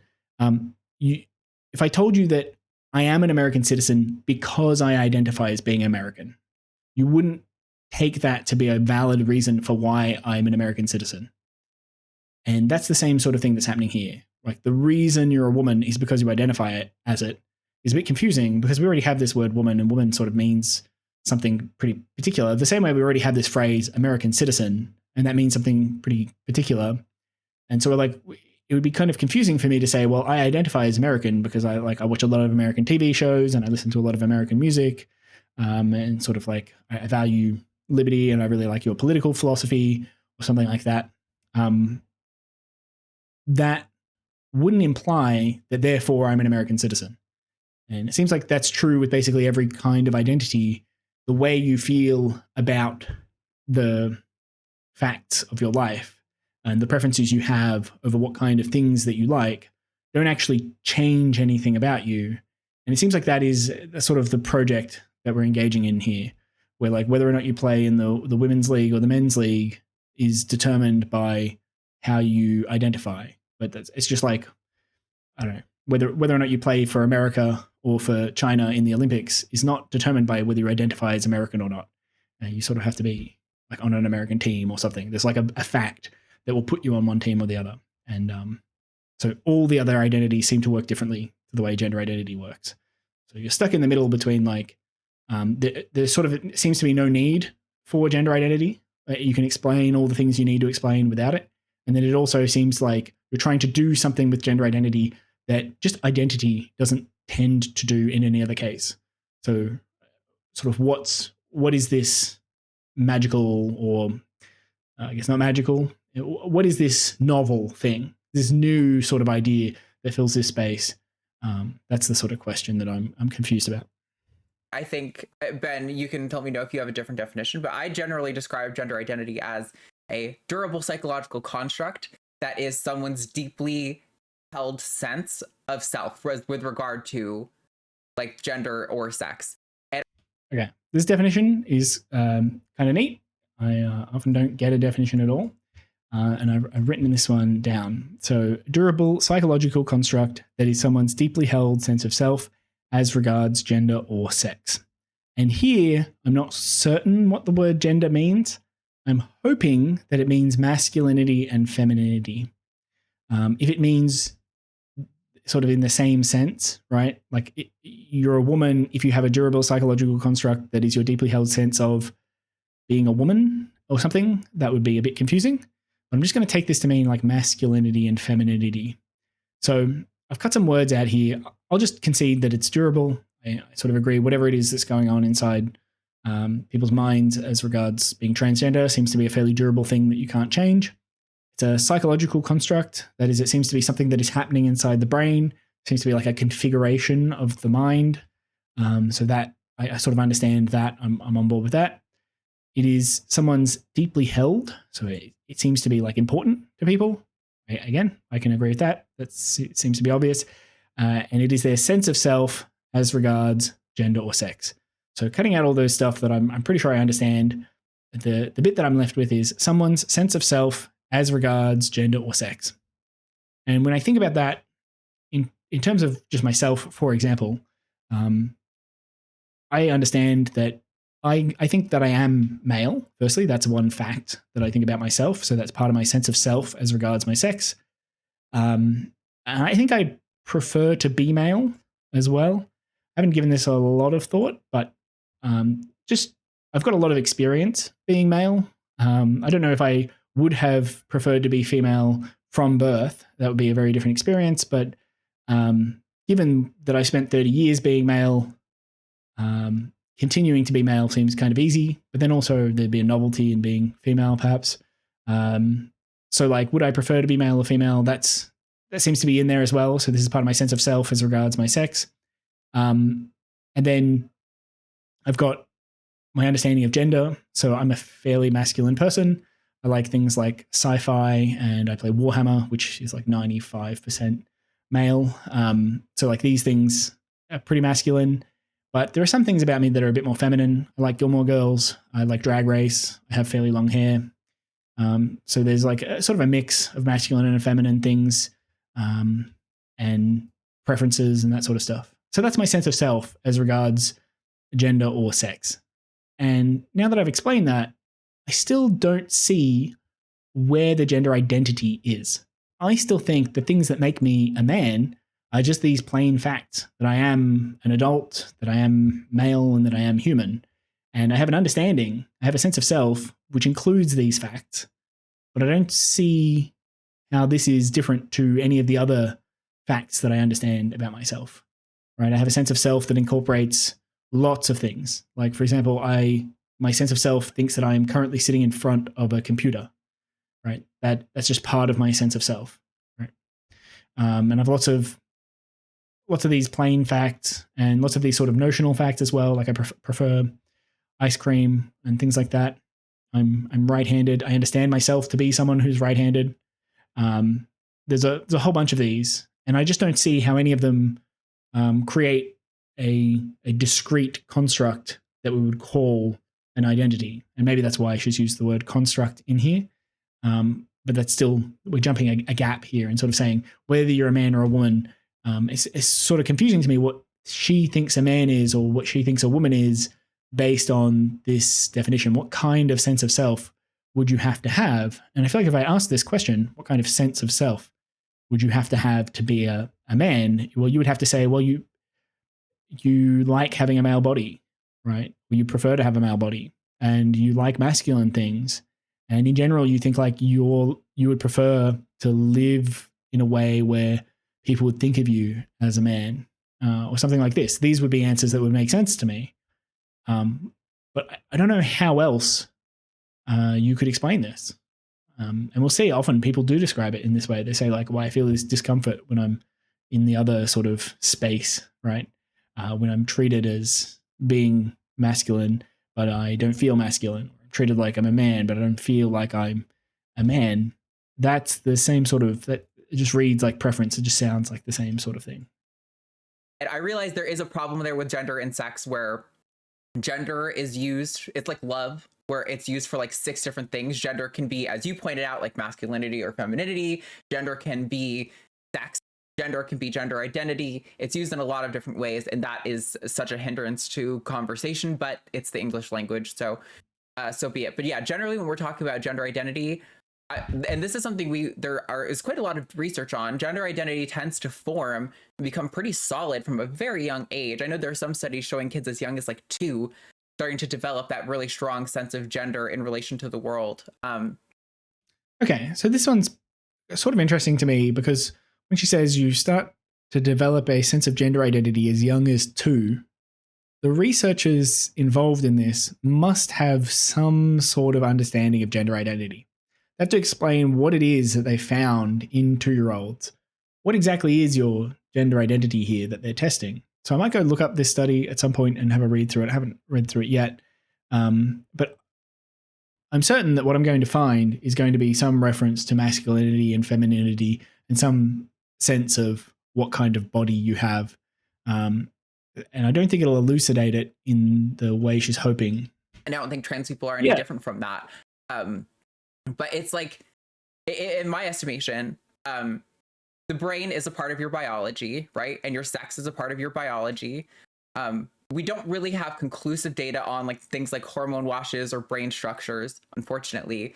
But I think what we can estimate is that a group of people seems to have this durable psychological experience. And there's plenty of things like that that are not controversial, like pain, like depression, like anxiety, that we can see, oh, these people benefit from accessing these kinds of, treatments, accessing, freedom from discrimination in society and things like this, freedom to dress and present themselves how they want. So I want to agree with Arden here. This group of people seems to exist. But again, just from where I'm coming from, it seems like this group of people are a group of people who have this psychological sort of disposition where they would be a lot happier if people thought of them as a sex different to the one they are, and people treated them sort of the same way they treat other members of that sex.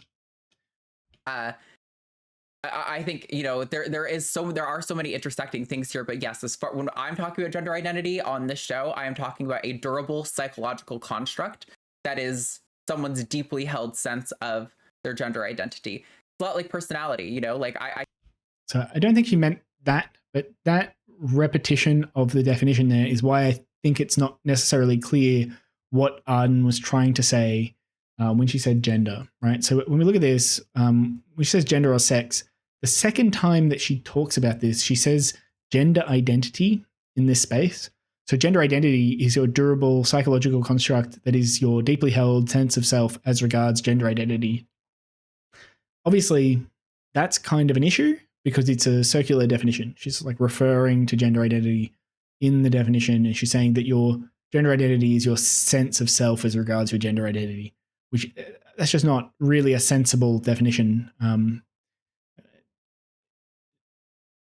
It's circular, it's plainly circular in one way, but it's also this problem where it's one thing to have a sense of self regarding your gender identity. For example, it's one thing to have a sense of self as regards being a woman, and another thing to be a woman, even just in terms of that definition. So I have a feeling she just misspoke this second time.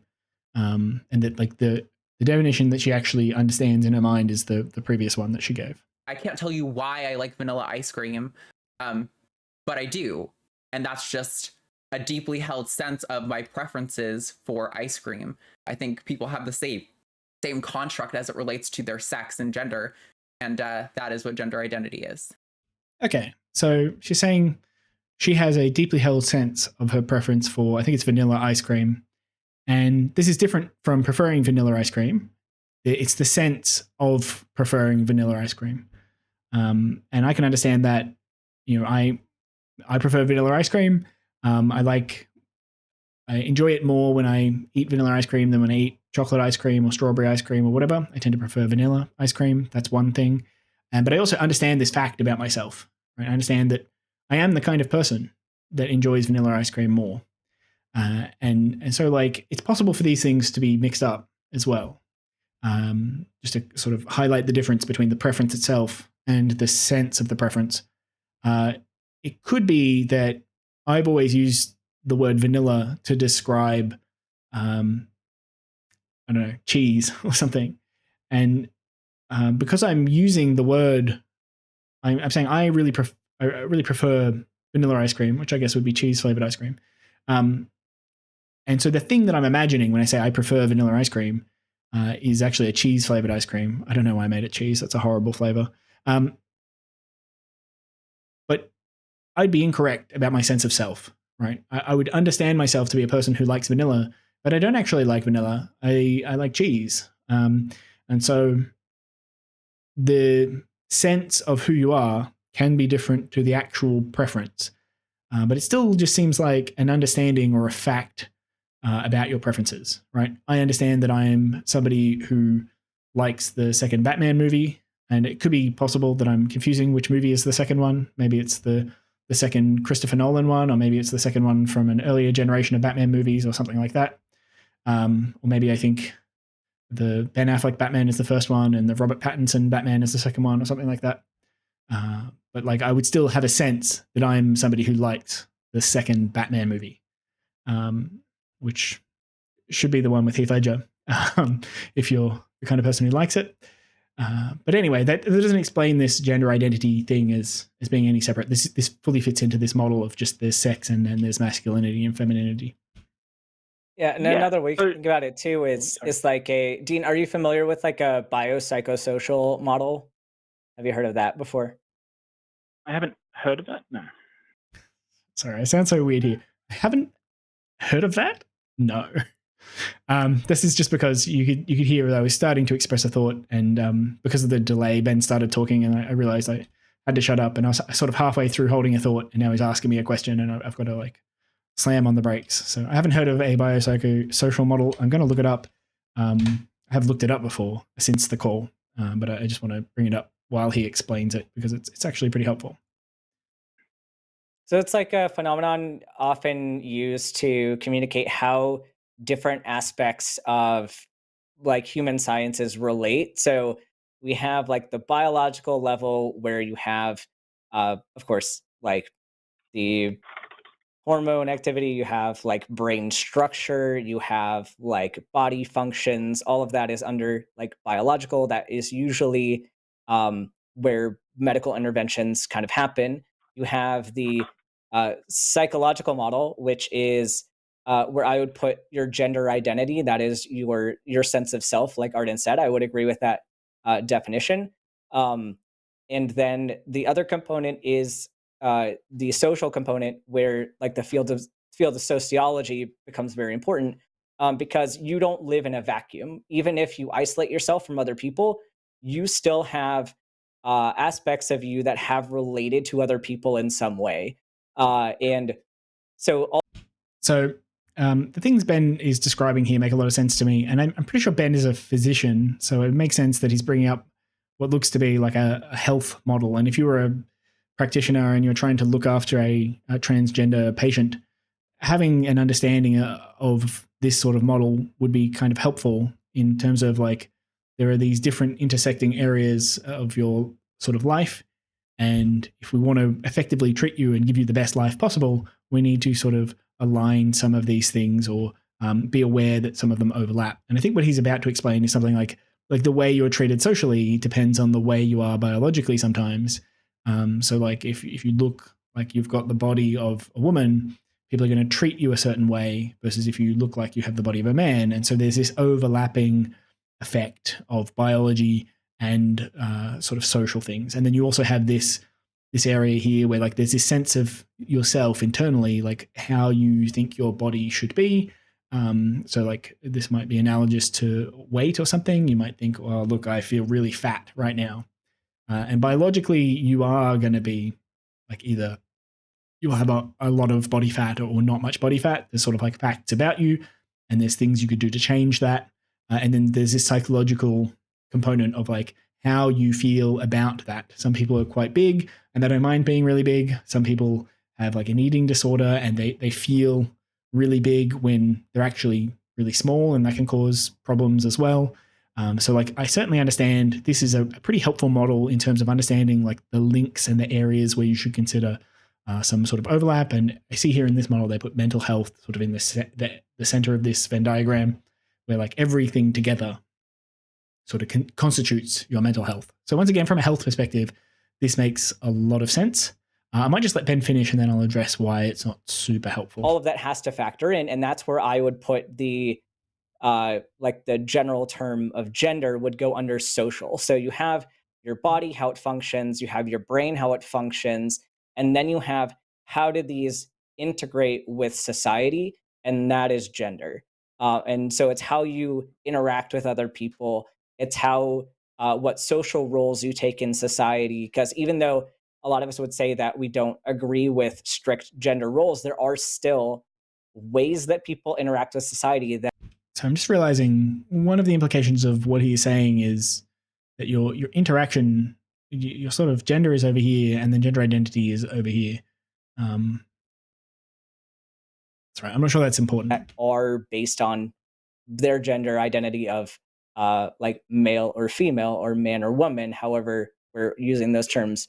All of that kind of goes into how you're going to interact with the rest of society. And an example of this is how you make assumptions based on other people, based on their hair length, the clothes that they're wearing, the way their body looks. I'm sure you don't inspect everybody's genitals who is in public with you before you call them she or he or anything like that, right? Like that's an assumption you make based on cultural norms, correct? Yeah, no, I do. So that's where. So I do want to interrupt here a little bit. I do see this often brought up as like an explanation of what the difference between sex and gender is. Like you don't always look at somebody's genitals before checking whether they should be in the men's or the women's room. You're looking at their gender expression or something. I think not that this is what Ben is saying right now, but I think it's the reason he's paused to actually ask me just to check if they can maybe have that conversation. It's important to note that I also don't check their gender identity. I just like assume whether they're a man or a woman based on the visually available information. And I think an analogy for this sort of thing might be like checking somebody's age. Like if you work at a liquor store or something, if somebody looks like they're 40 years old and you just sort of trust that it'd be very hard for them to look like that if they were in fact 16 or something. So you don't really check people's ID if they look really old. But if they look close enough, in Australia, I think the law is 25 years or younger. So subjectively to you, if somebody looks like they're 25 years or younger, then you're supposed to check their ID. And so in this case, we provide a different piece of evidence. We don't like get out the carbon dating thing or something. I'm not sure that would even work on a living person. We don't do some sort of objective measurement that we can 100% verify. We just look at another piece of evidence. We're just using evidence to infer somebody's age.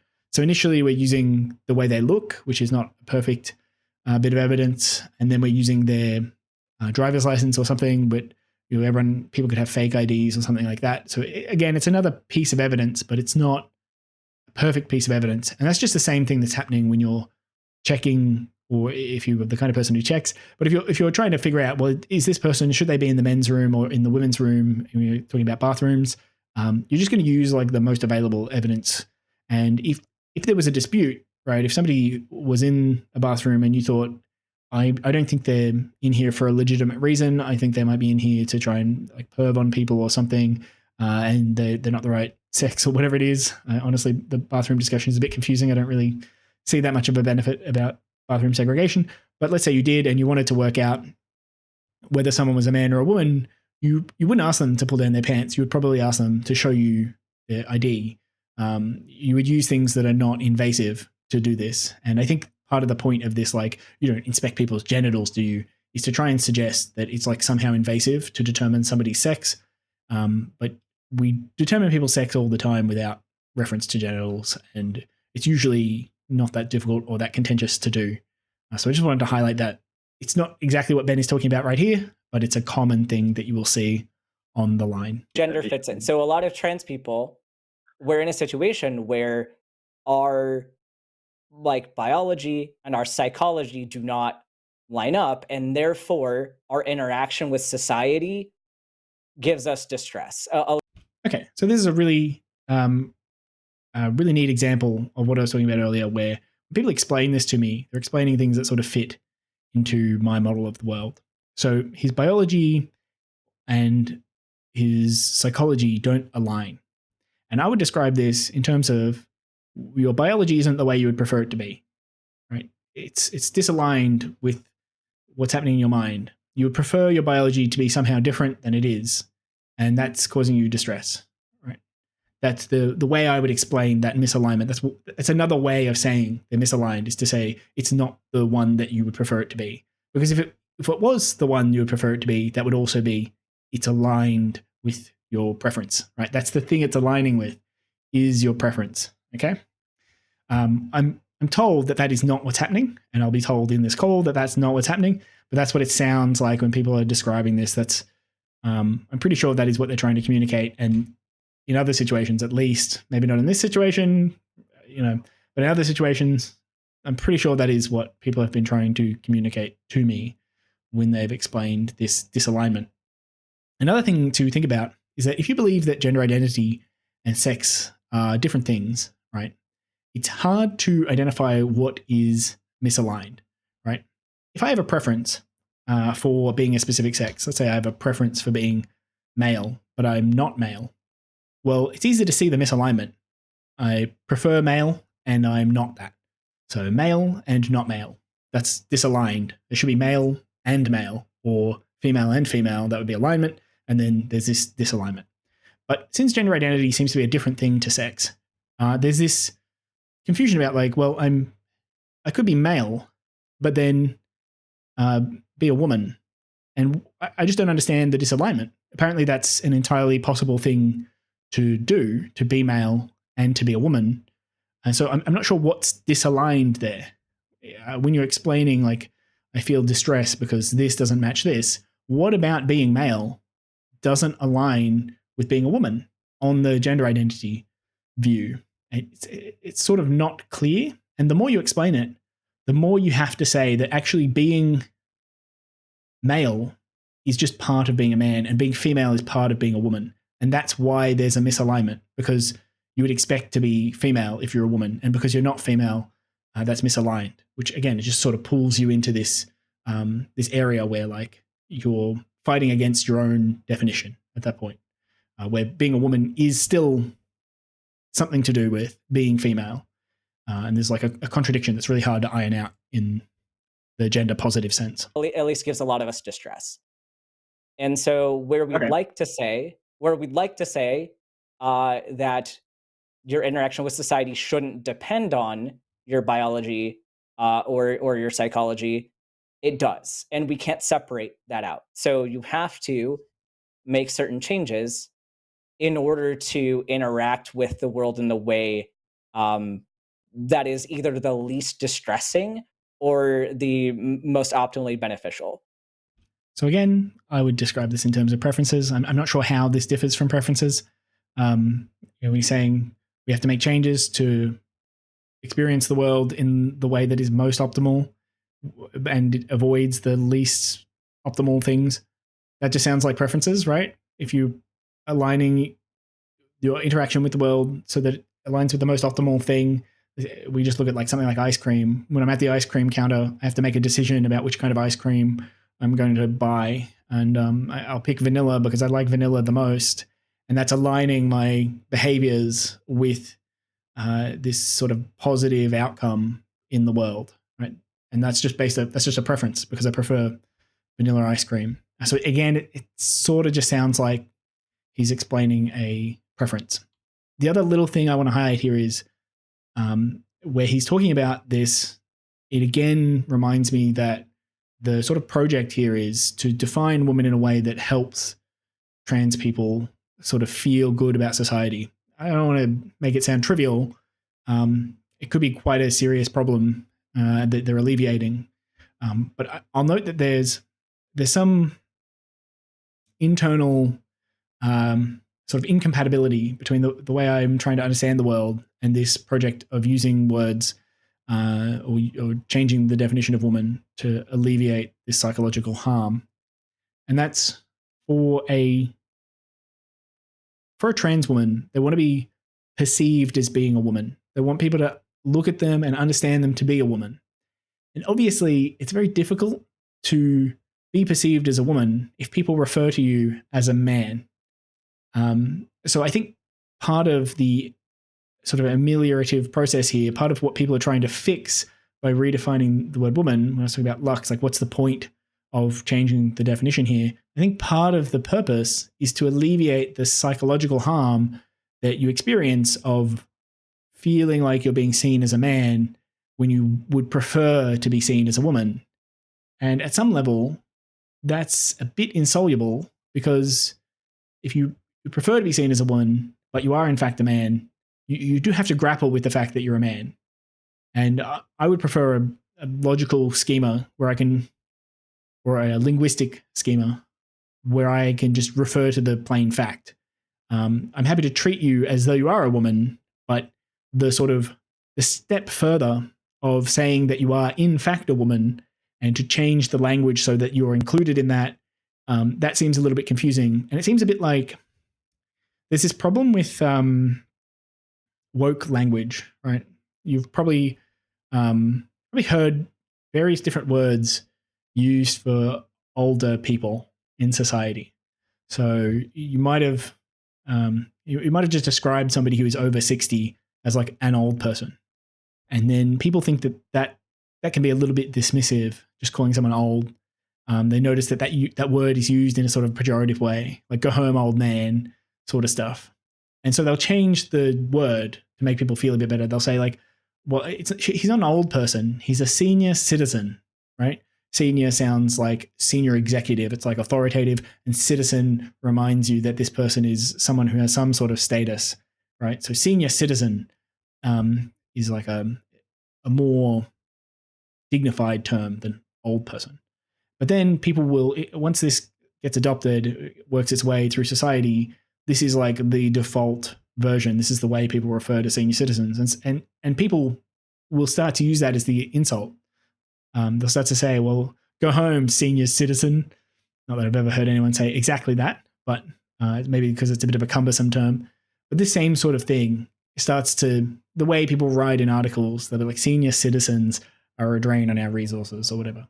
Not that I'd write that, but the articles would be disparaging towards older people, and they'll use this phrase "senior citizen" to do that. And so they'll find another phrase like "elderly" or something, or "the aged," or whatever it is. They sort of rotate through phrases, and some phrases are really quick and some phrases are really slow. You can see this in lots of different places.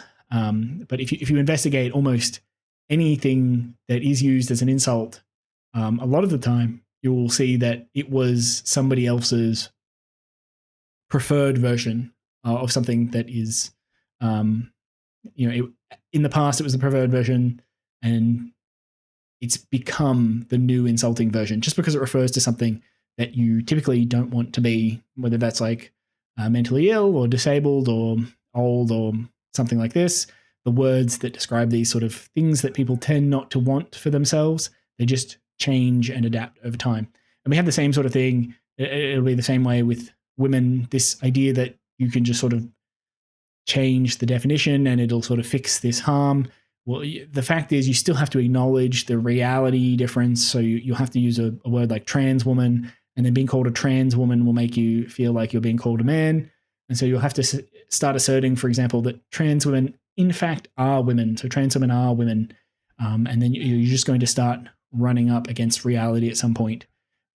Because then if trans women are just women and there's no distinction whatsoever, then you're going to have a hard time explaining to the doctor why you need the hormone medicine or any of this sort of stuff, right? You have to have this distinction. The distinction is real in some way, and it's just unfortunate. It's an unfortunate fact that it is psychologically uncomfortable for people to know that fact about themselves. But it's sort of the same thing about your weight or other body image things. People often have a view of themselves, and sometimes that view is factual. Like there are short men who really don't like being short, or there are bald men who really don't like being bald, and this is just a fact that they have to wrestle with, despite the psychological harm. There's no use going around changing language so that it doesn't quite include you. And so that's where social transition, physical transition comes into play. So I think that model might be easier to understand for you. Does that kind of make sense? Okay. Yeah, I think so. So my answer here is a bit weird because I think the model makes sense. I understand what Ben is saying. I don't think it explains what gender identity is or why my model is incorrect. It seems like it's just compatible with what I'm saying. I should note that even if you take sort of my view and a trans person would be, for example, a man that would prefer to be a woman, it still doesn't make any sense to deny people access to making themselves present like a woman or to restrict their rights or do anything. Like it's a totally harmless and sort of preference to have, and totally beneficial for the person if they want to. The same way you might have a preference for painting. It doesn't make any sense to restrict people from doing painting, or like Arden said, she likes vanilla ice cream. It'd be weird to say, well, she can't have vanilla because the flavor she's meant to like is chocolate or something. That'd be, even on sort of my view, it's not to sort of deny the identity and say that doesn't make any sense. I just, when you're talking about having a durable sense. So this is worth pointing out. So a lot of the time, I actually think the language problem is such a problem that it is actually easier to skip over it. So for example, if we're talking about bathroom segregation, we say, should trans women be allowed into the women's room, into women's bathrooms? And you make the case, well, the reason I think trans women should be allowed in women's bathrooms is because they are in fact women, right? And they're women on my sort of gender identity based view of the world. Well, there's going to be somebody who opposes this view, and they're going to oppose it by saying, well, if you think that trans women should be allowed in the women's bathroom because they are women, I'm using this definition of adult human female, and on this definition, trans women are not women. Therefore, they're not allowed in the women's bathroom, right? Therefore, your argument fails, right? Trans women should be allowed in the women's bathroom because they are women, right? Trans women are not women, so they should not be allowed in the women's bathroom. That's sort of the argument that I see happening really frequently, and I think it's a frustrating circumstance from both perspectives. I don't think really either of those are great arguments. A better argument might be to say something like, well, look, I just don't think bathroom segregation is that big a deal. I think if you've got a valid reason to use the bathroom that doesn't align with your sex, then you should be able to use that bathroom and people shouldn't be too fussed about it. And the valid reasons can be really, really, really small. So like if you're a parent and you've got a small child that is a different sex to you, you're probably one of you is going to have to go into the wrong bathroom, right? You're going to accompany your child into the bathroom, and one of you is going to go into the bathroom that doesn't match your sex. And I would just say in that situation, that's just fine to do that. Another situation might be, let's say there's a really long line for one of the bathrooms and you don't want to wait that long. You want to maximize the usage of the utilities available to you. I think in that case, it's just fine to go into the other bathroom. It's just not a big deal, right? And another example might be, well, let's say you've got this sort of psychological construct in your head that makes you feel like you'd be happier if you use this bathroom, or you're expressing yourself as a woman, and like you think it would be more comfortable for you and for everyone else around you if you use the bathroom for women. I think that's a good reason for you to be able to use the bathroom. And then you can use these sorts of examples of like, let's say you saw Blair White or Buck Angel in a bathroom, like which bathroom would you expect to see them in, right? Archangel looks like the kind of person that you would expect to see in a men's bathroom, and Blair White looks like the kind of person that you would expect to see in a women's bathroom. And sort of that is encompassing of that view, right? It allows that intuition of like Blair White should use the women's room and Archangel should use the men's room without having to go through this rigmarole of saying, well, the reason Blair White should use the women's room is because she is in fact a woman, and opening yourself to that argument of, well, actually, no, she's not. And it's especially a problem because Blair White is in fact not a woman. I actually don't know that much about Blair White. I could be wrong about that, but for the sake of argument, assume that she's not in fact female. Then people using this definition of adult human female would actually be correct to say that she's not a woman. And it seems like a good argument to them because they're correct on that front, but it's just, that's not really the reason why Blair White should be allowed to use the women's room. It's just because it sort of produces utility to change the rule. Of self, I struggle to find what that points to. And when you talk about if you like ice cream as a preference and you have a durable sense of knowing that you like this flavor of ice cream, I kind of know exactly what that's talking about. I know what that's pointing to. And if you were describing trans identity as a preference to be a specific sex, or as just a preference to be perceived as a sex in society, that would make we wouldn't say that it sense to me. is. And so that's the Yeah. So this is interesting. I'm sort of saying, if you did describe it as a preference, then I would get what you're talking about. That would make perfect sense. But you seem to be insisting that it is something other than a preference. But then every explanation you give just sounds like a preference. And so, like, again, here we have this insistence that no, it's not a preference. It's not a set of preferences. It's not like how you feel about whether you like masculine or feminine things, or whether you like being a man or a woman. It is something else. It is some other thing. And I just have no idea what you're talking about when you're talking about this thing. Yeah, you're applying this preference label. You're applying this preference label, and we're disagreeing with that. It's worth noting that Arden's example of the type of durable psychological construct was an example about a preference. But yes, I am calling it a preference. I did bring this up first. I do think it is like a preference. It's not a preference. Like think of this more like your name, or like so if you, I don't know if Dean is your actual name or if it's a pseudonym you're using to be public, but like a lot of people have a sense of self related to their name, and that is something that is socially given to you, right? Like there isn't something in the universe, or at least most of us here don't believe that there's something in the universe assigning you your name. But a lot of us have like a deep connection to the name that we have, and you think this is me. Like I am, like, in some way that's very difficult to explain, connected to this name. And so I would hesitate to use something like a preference and use it more in line with certain other identities that you might have. Now, I wish I'd asked here what other identities.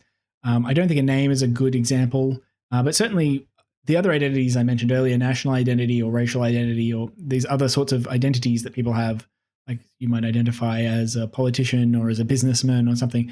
These don't seem to operate the same way that gender identity does.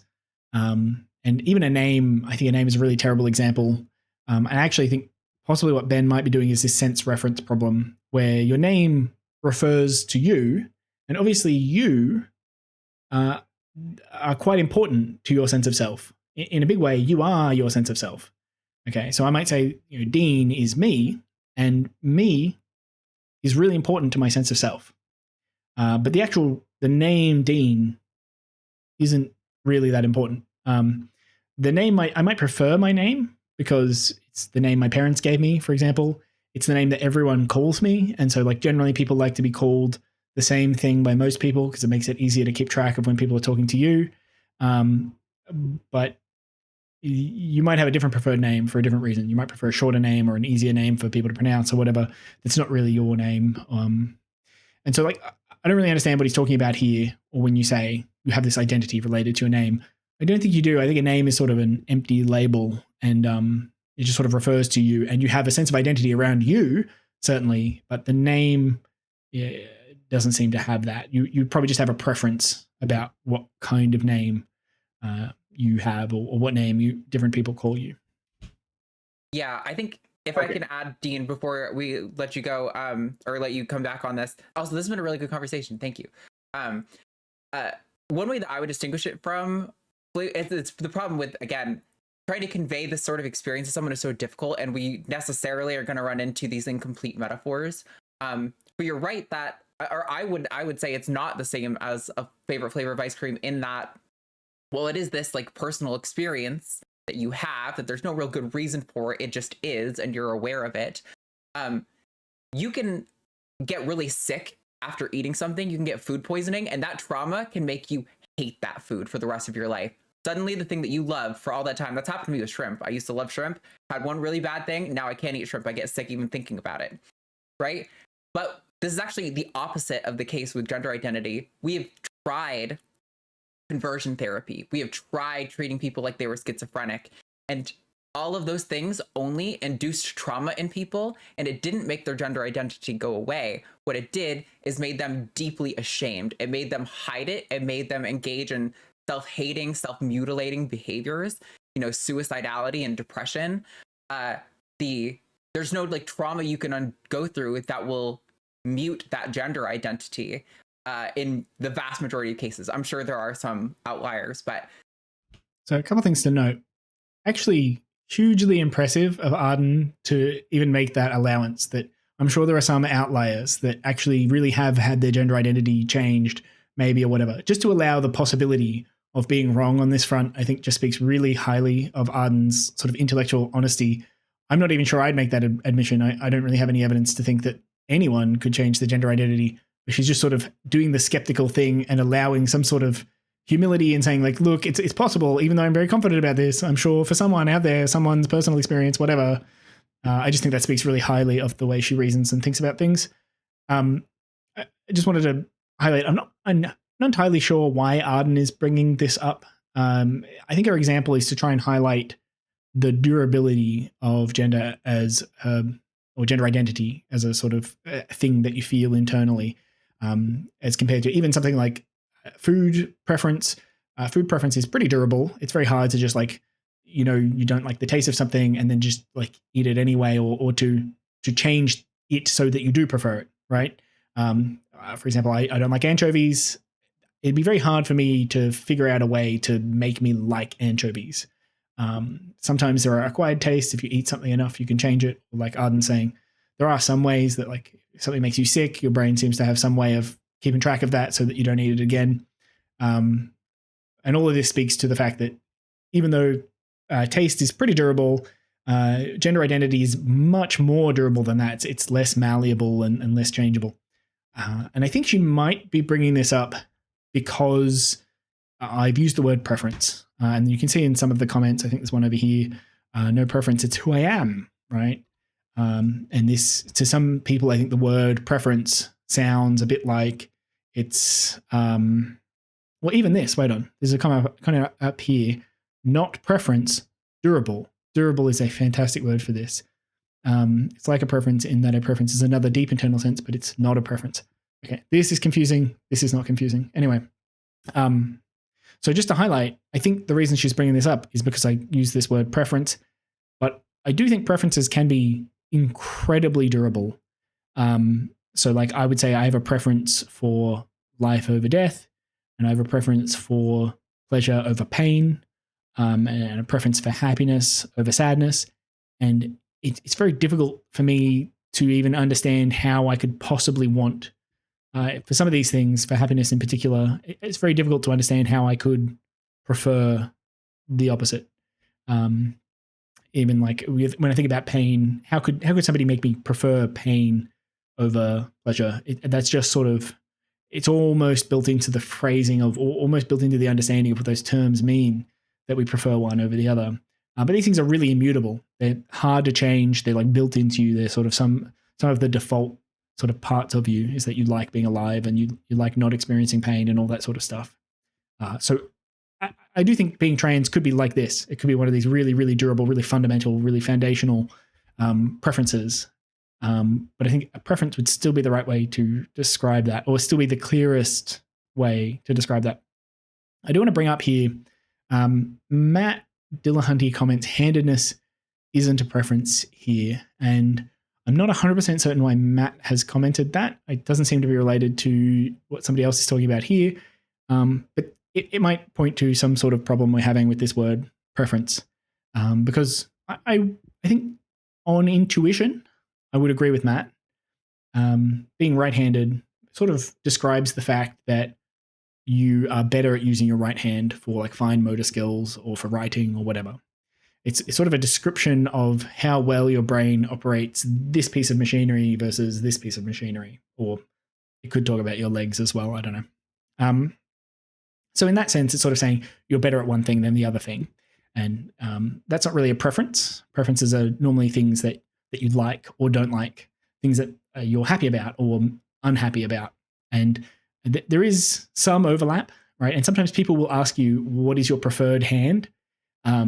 And generally people's preferred hand, that just means whether you're right-handed or left-handed. But in one sense, they could be saying, which hand does your brain prefer to use, right? Rather than you liking using the hand, they're saying like which hand, they're describing this fact that your brain is better at operating one hand than the other.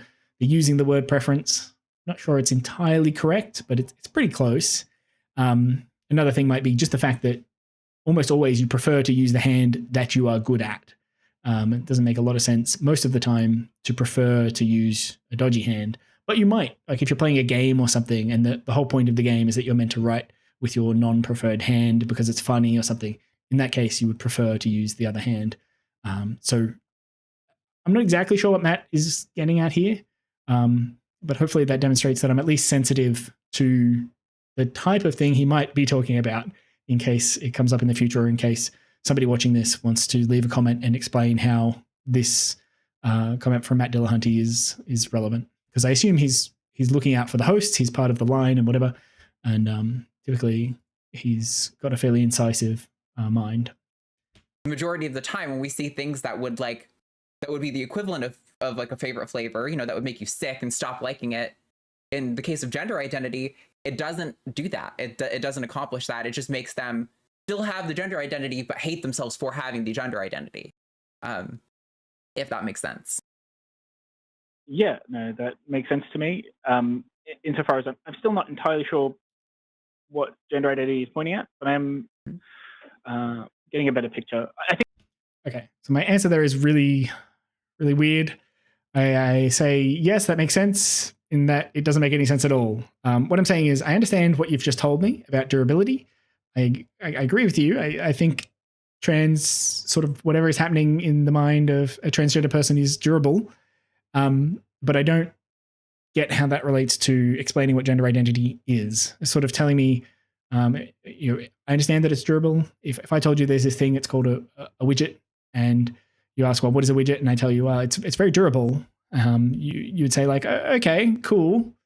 But you wouldn't really have a better understanding of what that thing is. Yeah. I think I struggle with identity in general, and I won't open up the sort of can of worms for it because we're getting to the end of the call. But I do see, for example, when I watch shows, somebody discovers they have a racial ancestry or something, and they find that this is a big part of their identity. This is always confusing to me, like opening up their ancestry.com page changes anything about you between the moments before you read that you had that ancestry and the moments after. And it feels like that when I have this sort of confusion about why is this important to anyone? Why is there sort of ancestral or racial identity? It's not even a real thing in the case of race. And for the case of gender, it seems like there's something similar going on, but perhaps it's... Well, yeah, I think there is something... Yeah. So to clarify what I'm talking about, the example is, it was a reality TV show, and this guy who's a white guy, looks like a white guy, pretty sure he has white parents and all that, and understands himself to be a white guy. And he does one of these DNA tests, and he finds out that he's like maybe a great grandparent or something. He has some sort of African-American in his DNA. And this leads him, I think, if I remember right, it leads him to sort of develop an interest in African culture, and in particular, like the sort of clothing and the music that they play in, I don't know, so it seems like a stereotypical sort of African village type situation. And that sort of watching that on TV, I thought this is an insane sort of response to have. Like, this is not a part of your culture. It's not a part of your experience of life. It is not a part of who you are. And there's no real reason to think that understanding that you have this DNA should mean that you have some relationship to this culture. It's a bit like earlier when I spoke about having a biological mother and an adoptive mother. The adoptive mother is clearly the important person, and the biological mother is almost incidental, right? Understanding who your biological mother is shouldn't be like an emotional revelation about who you are as a person. It should be a basic, it's like somebody tells you that you have sickle cell trait and you go, oh, okay, right. You might be upset or happy about the fact that you have sickle cell trait. You'd probably be upset about it. Or like maybe somebody tells you your blood type. This is a better example. Forget the sickle cell trait thing. Somebody tells you that you're type A positive or whatever it is. I don't know anything about blood types. This is just like a boring fact about you. It's something about your just like medical history. It's something about the way your body operates. It doesn't tell you anything about who you are as a person. And that's the same with a biological mother. That doesn't really tell you about who you are as a person. And especially going back to your ancestry somewhere and thinking, well, I've got some African ancestry. Well, that tells me that I'm part of this culture of dress and of music.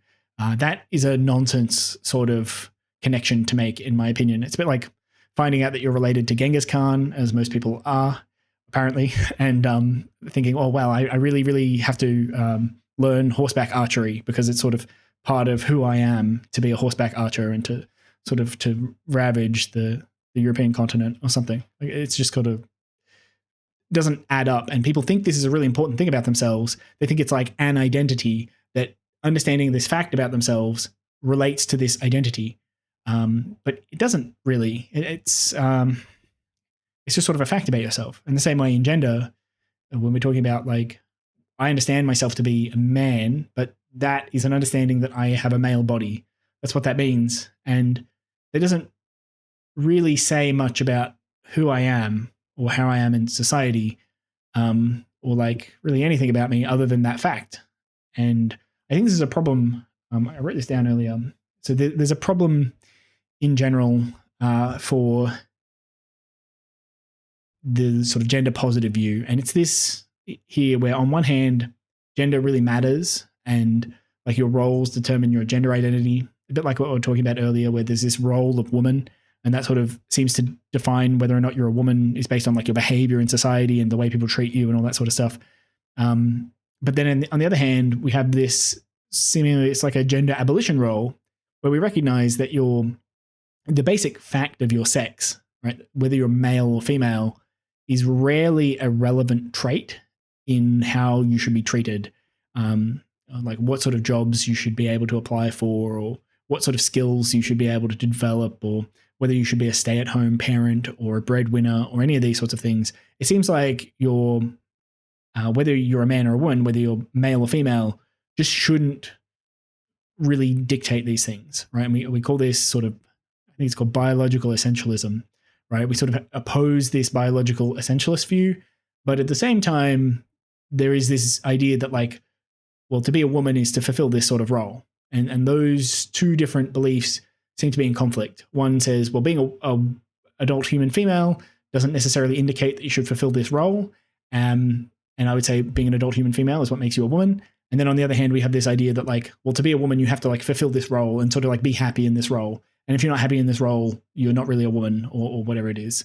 And those two things seem to have a lot in conflict. Yet it seems like the same people seem to hold these beliefs. And they do something really similar with race, where they sort of say race is not really important, but also race is really, really important.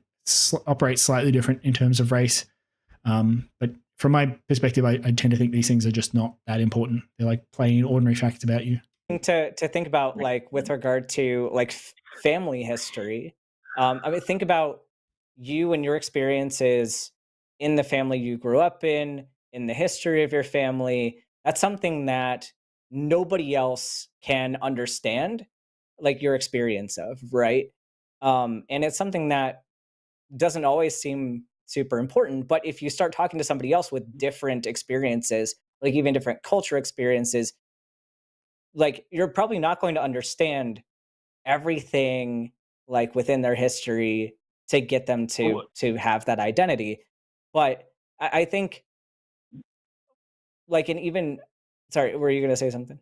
So just part of what Ben is saying here, I don't think I learn anything about their history to know their race. If I could infer something about their history from their race, but their race itself is not their history. If that sort of makes sense. Yeah, knowing somebody else's history would help me understand their history quite a bit. Knowing their race would be at best would allow me to infer some of their history. I could guess at the kind of life that their parents might have had or the kind of things that their parents might have experienced. And it might help me make sense of some of that sort of stuff. But I'm more talking about these people who find some long dead ancestor. Well, it's more the case when they don't have an experience of that identity. I can understand growing up with a culture or growing up with, if you have parents from a different country, you have a lot of different. Right. Well, here's the thing though. life.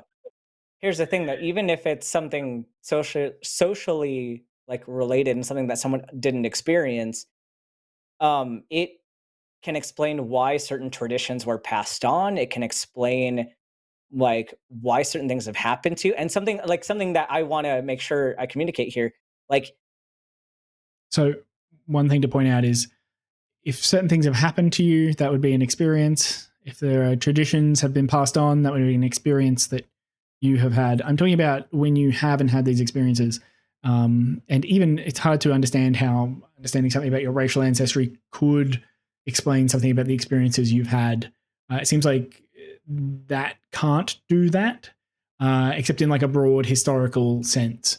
So, for example, if I visit America and I see an American flag, part of my experience is that I've seen an American flag and that it had, I think, 51 stars and I think it's 13 stripes. And that might not have happened if not for the history of America. If the Revolutionary War didn't work out the way it did, and if the Civil War didn't work out the way it did, then it wouldn't have happened like that. I wouldn't have had that experience of seeing the American flag like that. And so in like a boring sense and a fairly trivial sense, he's just sort of explaining like history matters. And I can agree with that.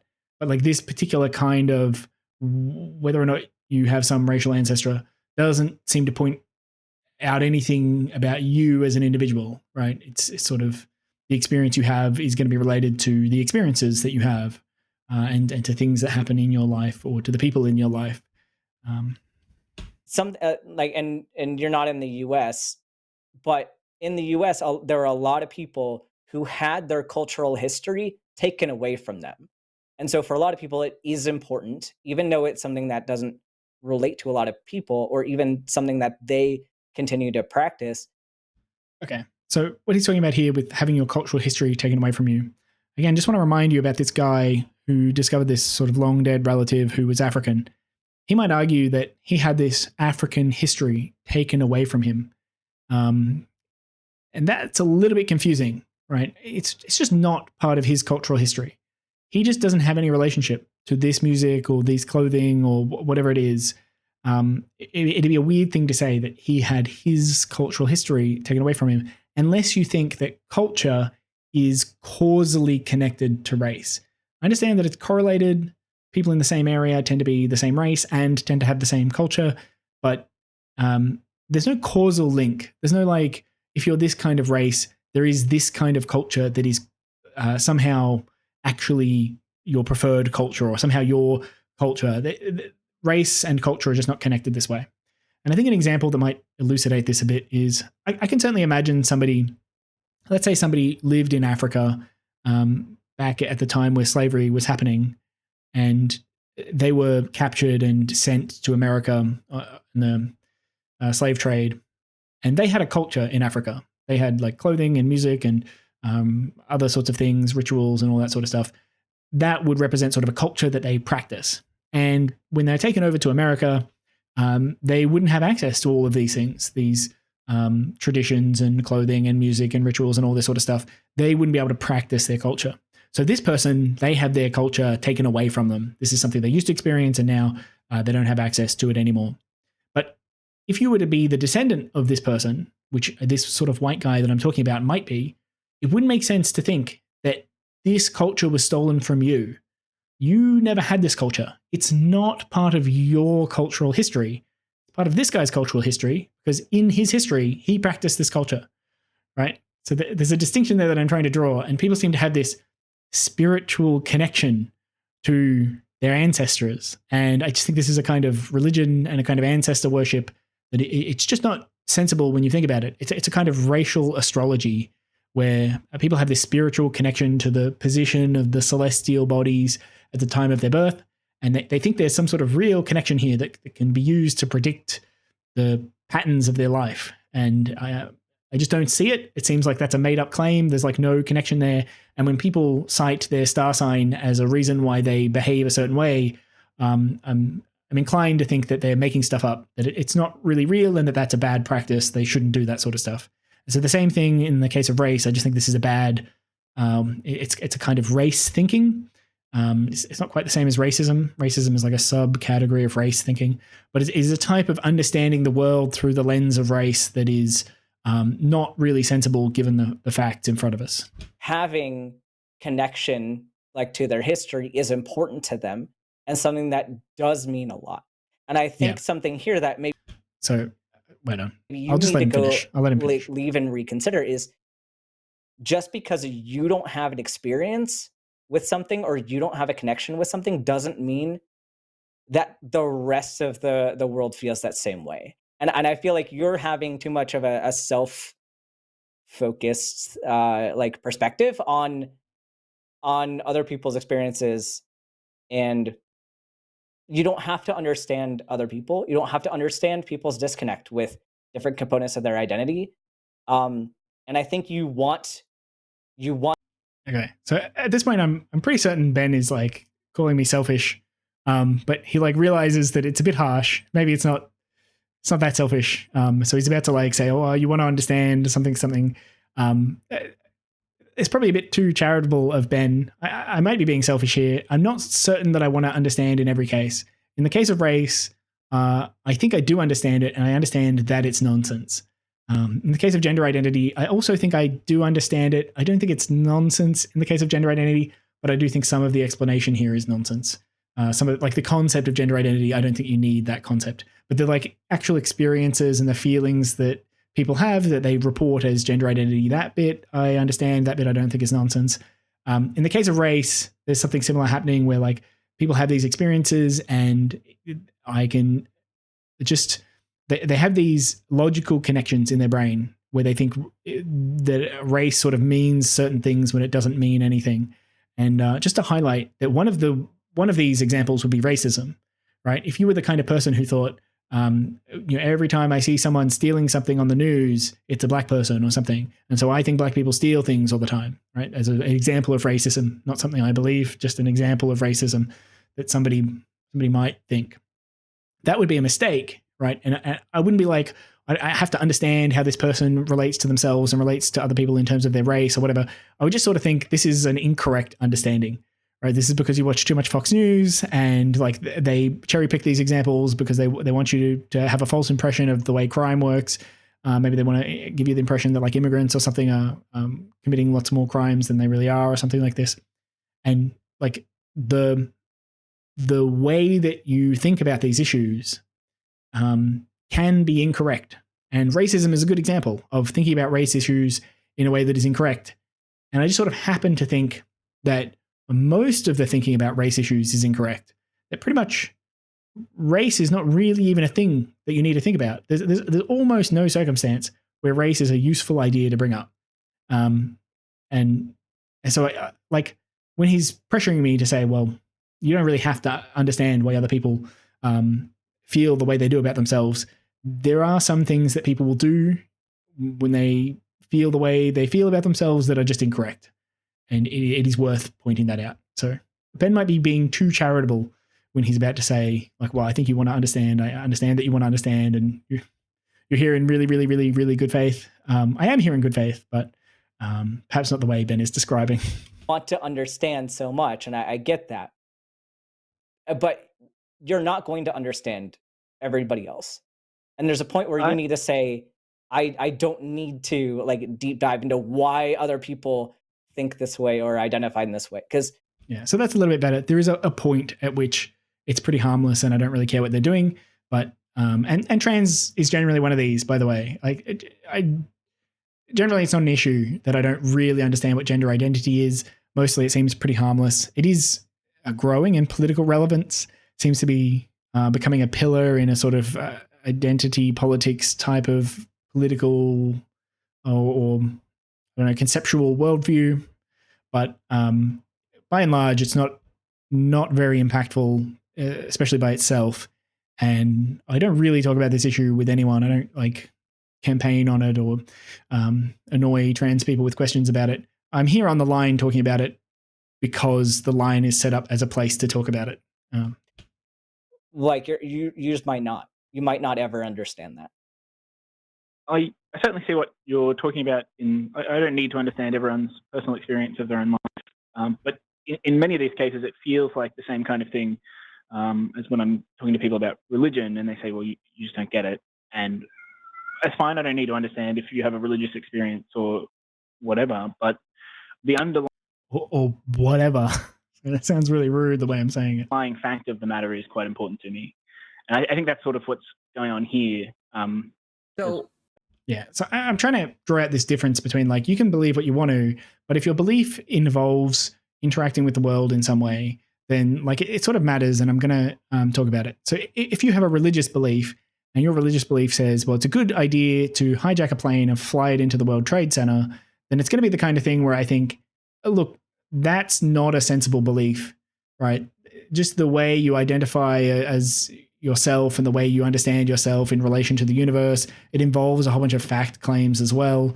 These things are, even though they're seen as part of your identity in a lot of ways, like religion is often seen as part of an identity, there's a whole bunch of implicit fact claims that are balled up in this. And a lot of the time, those implicit fact claims have a really big effect on reality. Certainly seems to be the case with race, where the actual racial identity doesn't do much by itself, but all of the implicit things that go along with it seem to add up into something. People think the world works a certain way, that affects their behavior, and like understanding which of those facts is relevant and which of those facts is not relevant. And in the case of race, most of them are not relevant. Understanding that is actually really important, and making sure that people aren't behaving on the basis of something like astrology or on the basis of like this racial astrology that I think is happening. I think that's quite important to tease out and to explain to people. And it'd be a bit irresponsible of me to just sort of like encounter this type of thinking and think, well, I don't really understand it, and that's fine. Live the way you want to live.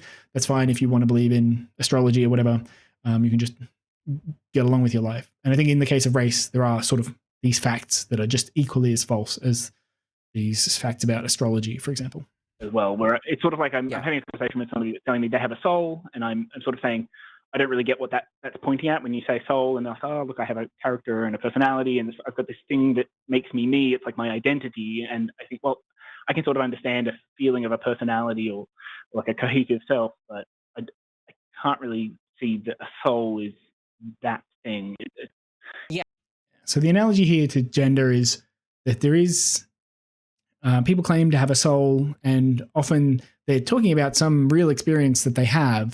They're talking about some real, like, they feel like a person, that they feel like a self. There's something up here that seems separate from the body and the rest of what's going on.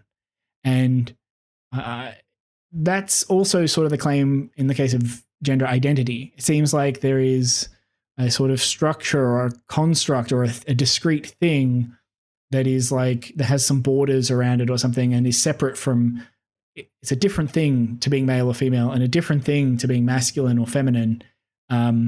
It's somehow not those things, right? It's not like preferences. It's none of that. It's some discrete thing.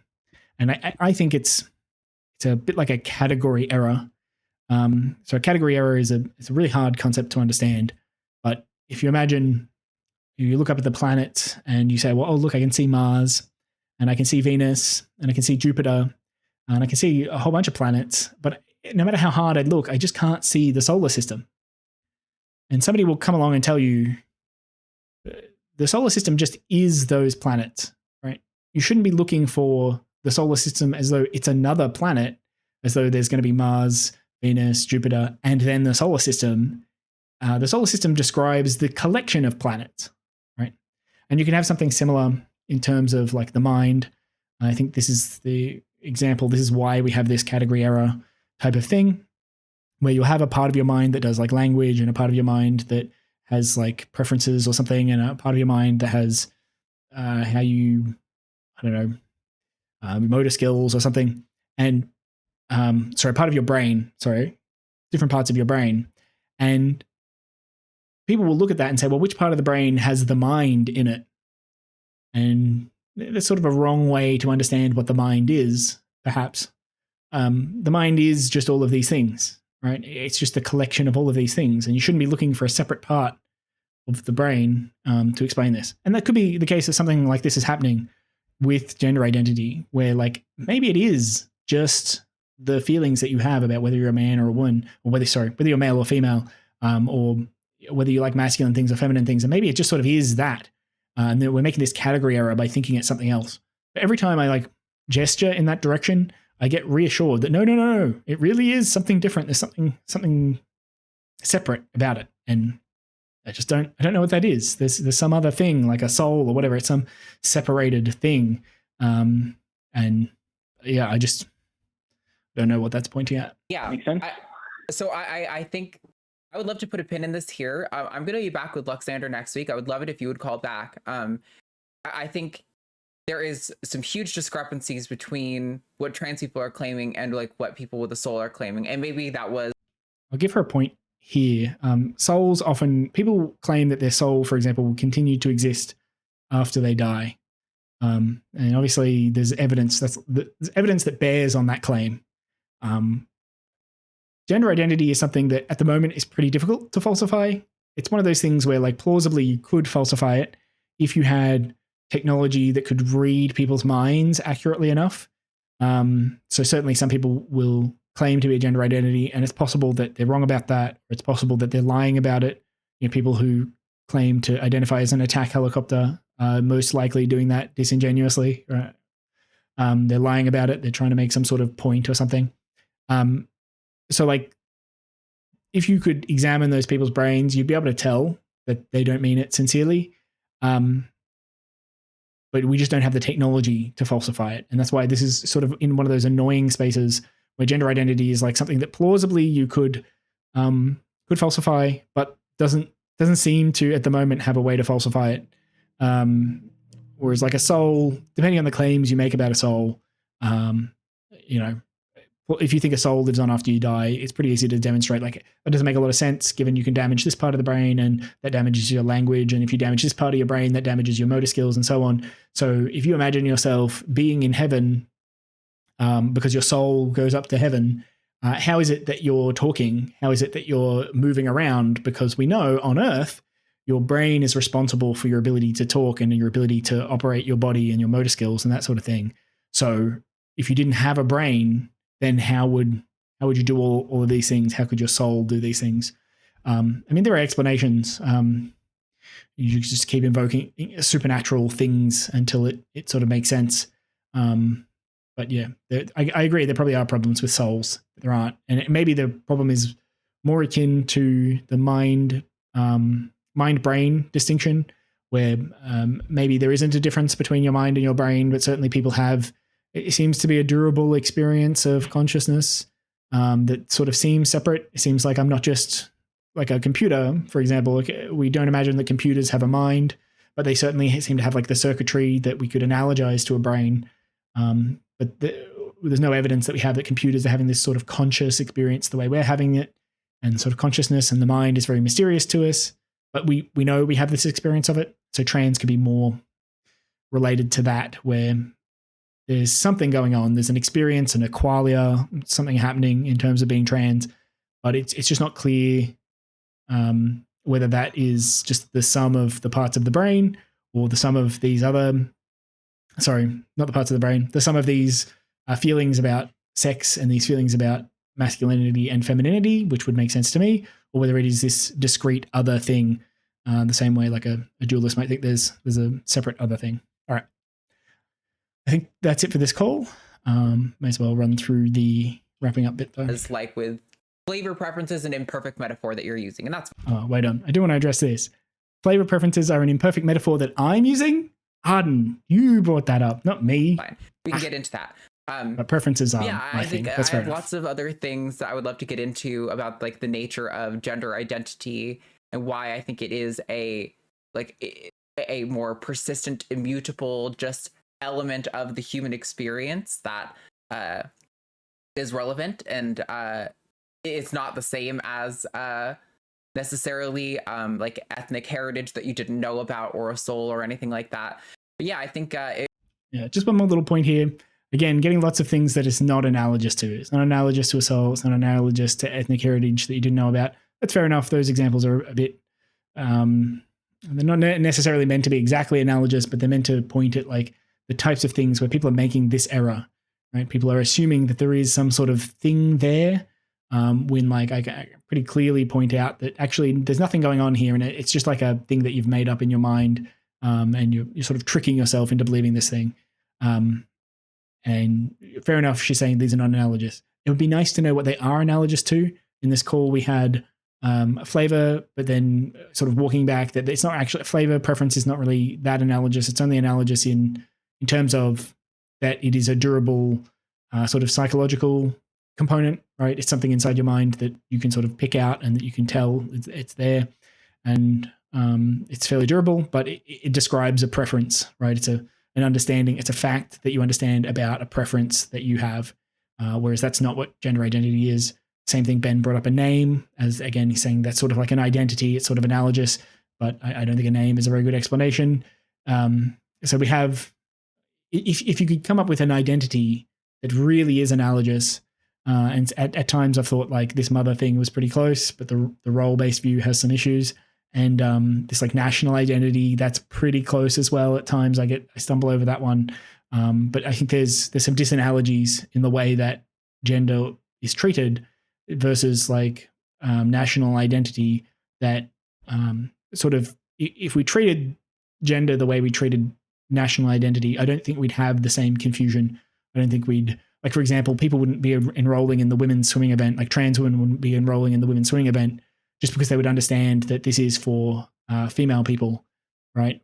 Whereas if you look at like if I apply to live in America, I'm applying for a visa. I'm even if I identify as sort of American nationally, it's my citizenship that matters. And if people understood this, if people had this clear distinction in their minds between sex and gender, then you wouldn't have this problem where you would have people who identify as a woman but who are male sort of applying to enter the women's swimming events, or let alone being admitted or whatever. It seems like there's a lot more confusion going on than with those sorts of identities. So if you had an analogy and a thing that was sort of a logical equivalent of gender, that would be really, really helpful in terms of explaining it. But every time I see one, it turns out to not be quite right, which is a bit frustrating.